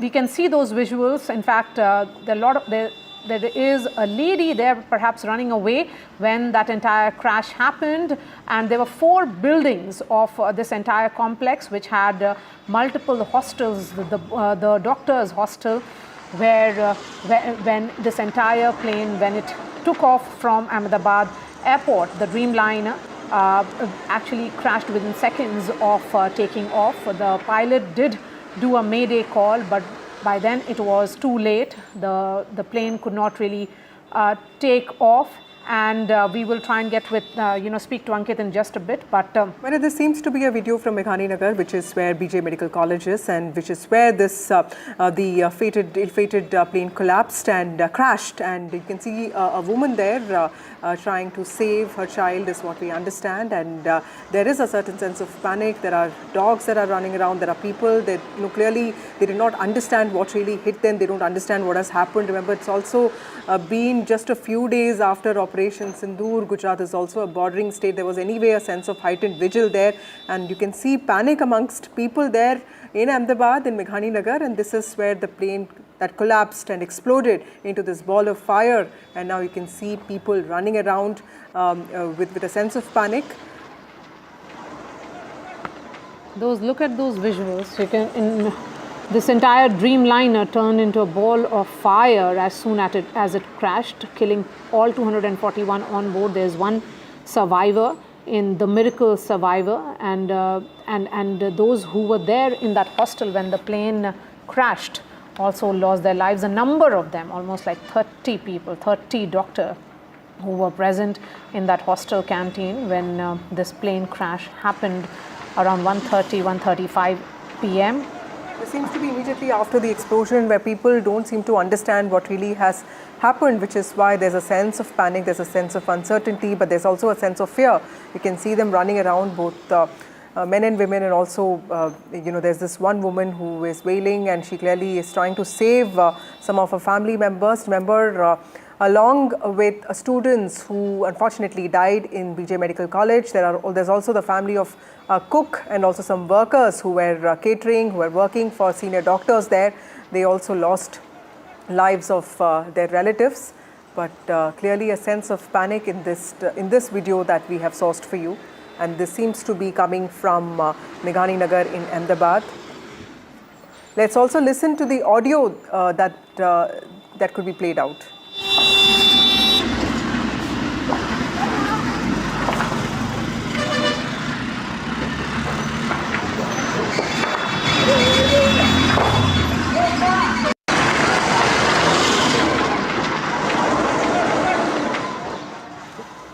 All right, those are the visuals, the first visuals among many which have surfaced so far in the last 72 hours. We can see a woman running away from the crash site.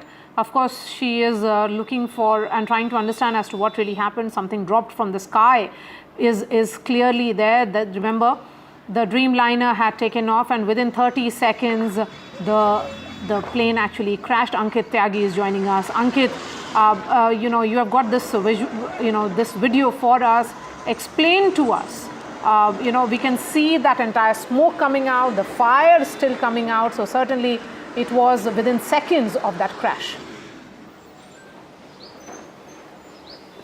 Absolutely. This is the exact time of impact into the building and the inferno which ensued, creating chaos on the ground. The building that you are seeing is the BJ Medical College hostel building, and this is the extreme end. So like we were reporting earlier from the tail which we were stuck at the mess, this is the part of the aircraft which is the front end of the aircraft which came to this very part, the entrance of the BJ Medical College and hostel.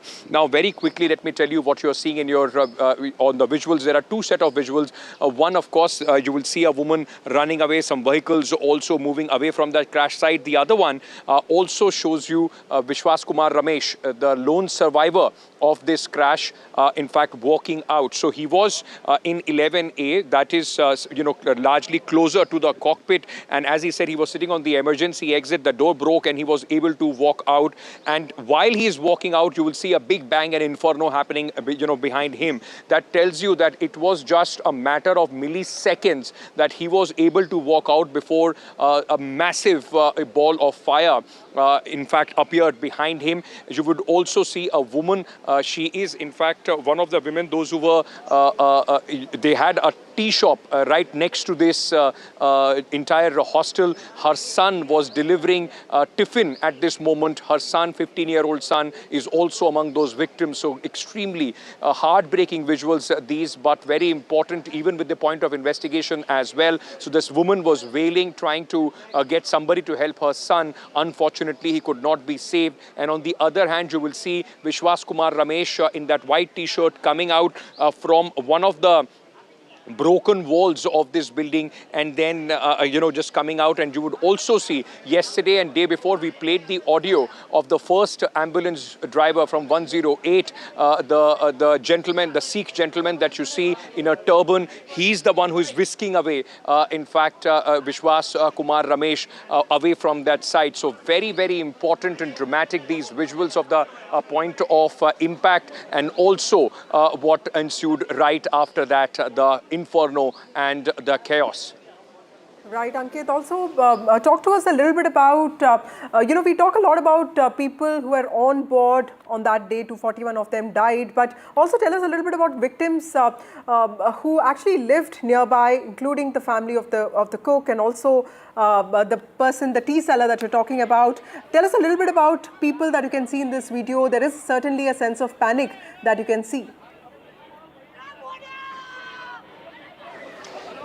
Absolute sense of panic, people trying to save their lives. Remember, 241 is the number of the people, those who were on board, who passed away, but there are about 34 others on the ground who died. 4 of them MBBS students, 6 family members of other doctors, those who were staying at the hostel. Apart from that, there are 2, a lady and her granddaughter, the cooks, those who were in the mess, and also this woman who lost her child. There are others. I was, yesterday, and every nook and corner of Ahmedabad will give you that story.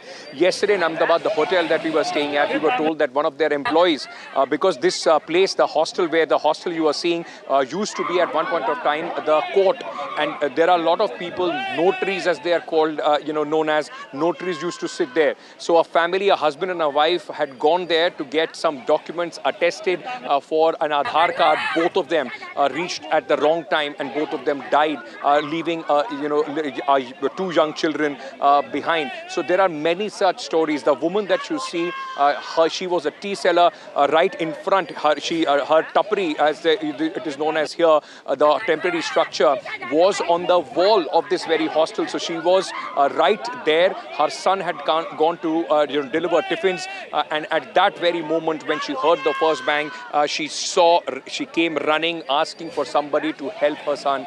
Unfortunately, he could not be saved. So such stories strewn all across Ahmedabad, Gujarat, and across the country as well. As I keep saying that this day when the aircraft accident took place, there are about 275 odd families which are in some way now connected in the most unfortunate manner. Every year, this will be the pain that all of them will collectively, in fact, feel all across the country. Who is it, who is really clicking this video? Who is making this video?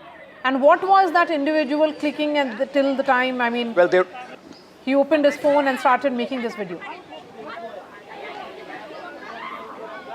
I think there were a lot of onlookers. So Maria, it was a matter of few seconds before they heard the loud impact of the plane first crashing into the mess on the first floor, and then the inferno ensued. This also tells you the little bit of time that Vishwas Kumar Ramesh had as soon as the impact took place. So it was upon that impact that he was, and I heard one of his testimony in which he said, so he was on the side where the wall was not blocking the entrance, and I've seen that door, that emergency door, which had flung, it broke one boundary wall, and it was on one of the gates of this hostel. Unfortunately, everybody else who were towards the buildings, they were stuck between the buildings and the inferno, very quickly engulfed everything and everybody who was inside. So you also see those a few seconds that the survivor had. Similarly, the onlookers, those who had already started seeing a very low noise and descent of this aircraft, followed by that massive loud noise of it first hitting a tree, then a chimney, and then of course going into the hostel mess. Probably that was a few seconds that somebody had their phone on and they were able to connect and record this video. But this is a heartbreaking video, which also is very, very important piece of evidence as well. All the various angles of this video, the point of impact, the fire, will then tell us the story of the ill-fated flight AI-171. So all these videos will also be put together to try and understand exact sequence of event and what ensued after that. Right, Ankit. Also, tell us a little bit about the lone survivor. We know that it was completely miraculous for him to survive an incident of this scale. Have you able to gather anything more on what really happened there, and how is his health now? Because he was also severely injured in that whole plane crash. Well, actually, Vasudha, for as I said, it had to come. Every coincidence and percentage that you could take of luck came together for this man to survive. And on the contrary, he was not that badly injured. He was able to walk with a limp, of course. Face had some marks, but he was not as badly injured, of course, given the circumstances and given what happened to this entire plane. Let me tell you a little bit about Vishwas Kumar Ramesh, who was on 11A right next to the emergency door. As I described earlier, on point of impact, the door broke and flung out, and he was able to, in fact, get out because of that opening which he had.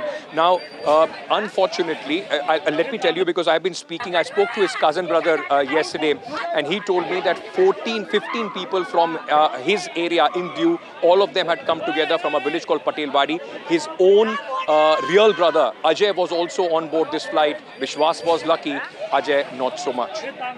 All right, Ankit, thank you for getting us those visuals. Lone survivor walks out. We can see Vishwas, who was actually seated on 11D, walk out. He is the only lucky survivor of those 241, remember, who lost their lives, and he was passenger on seat 11D. On the other side is a woman desperately looking for help, moving away from that crash site. That was the site of impact. These are 4 hostels, remember, that were completely destroyed when the plane crashed into that site. A quick break and then we return.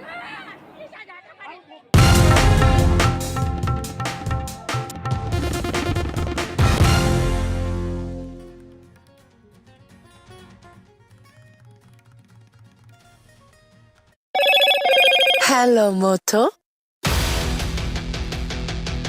Motorola, India's leading AI smartphone brand.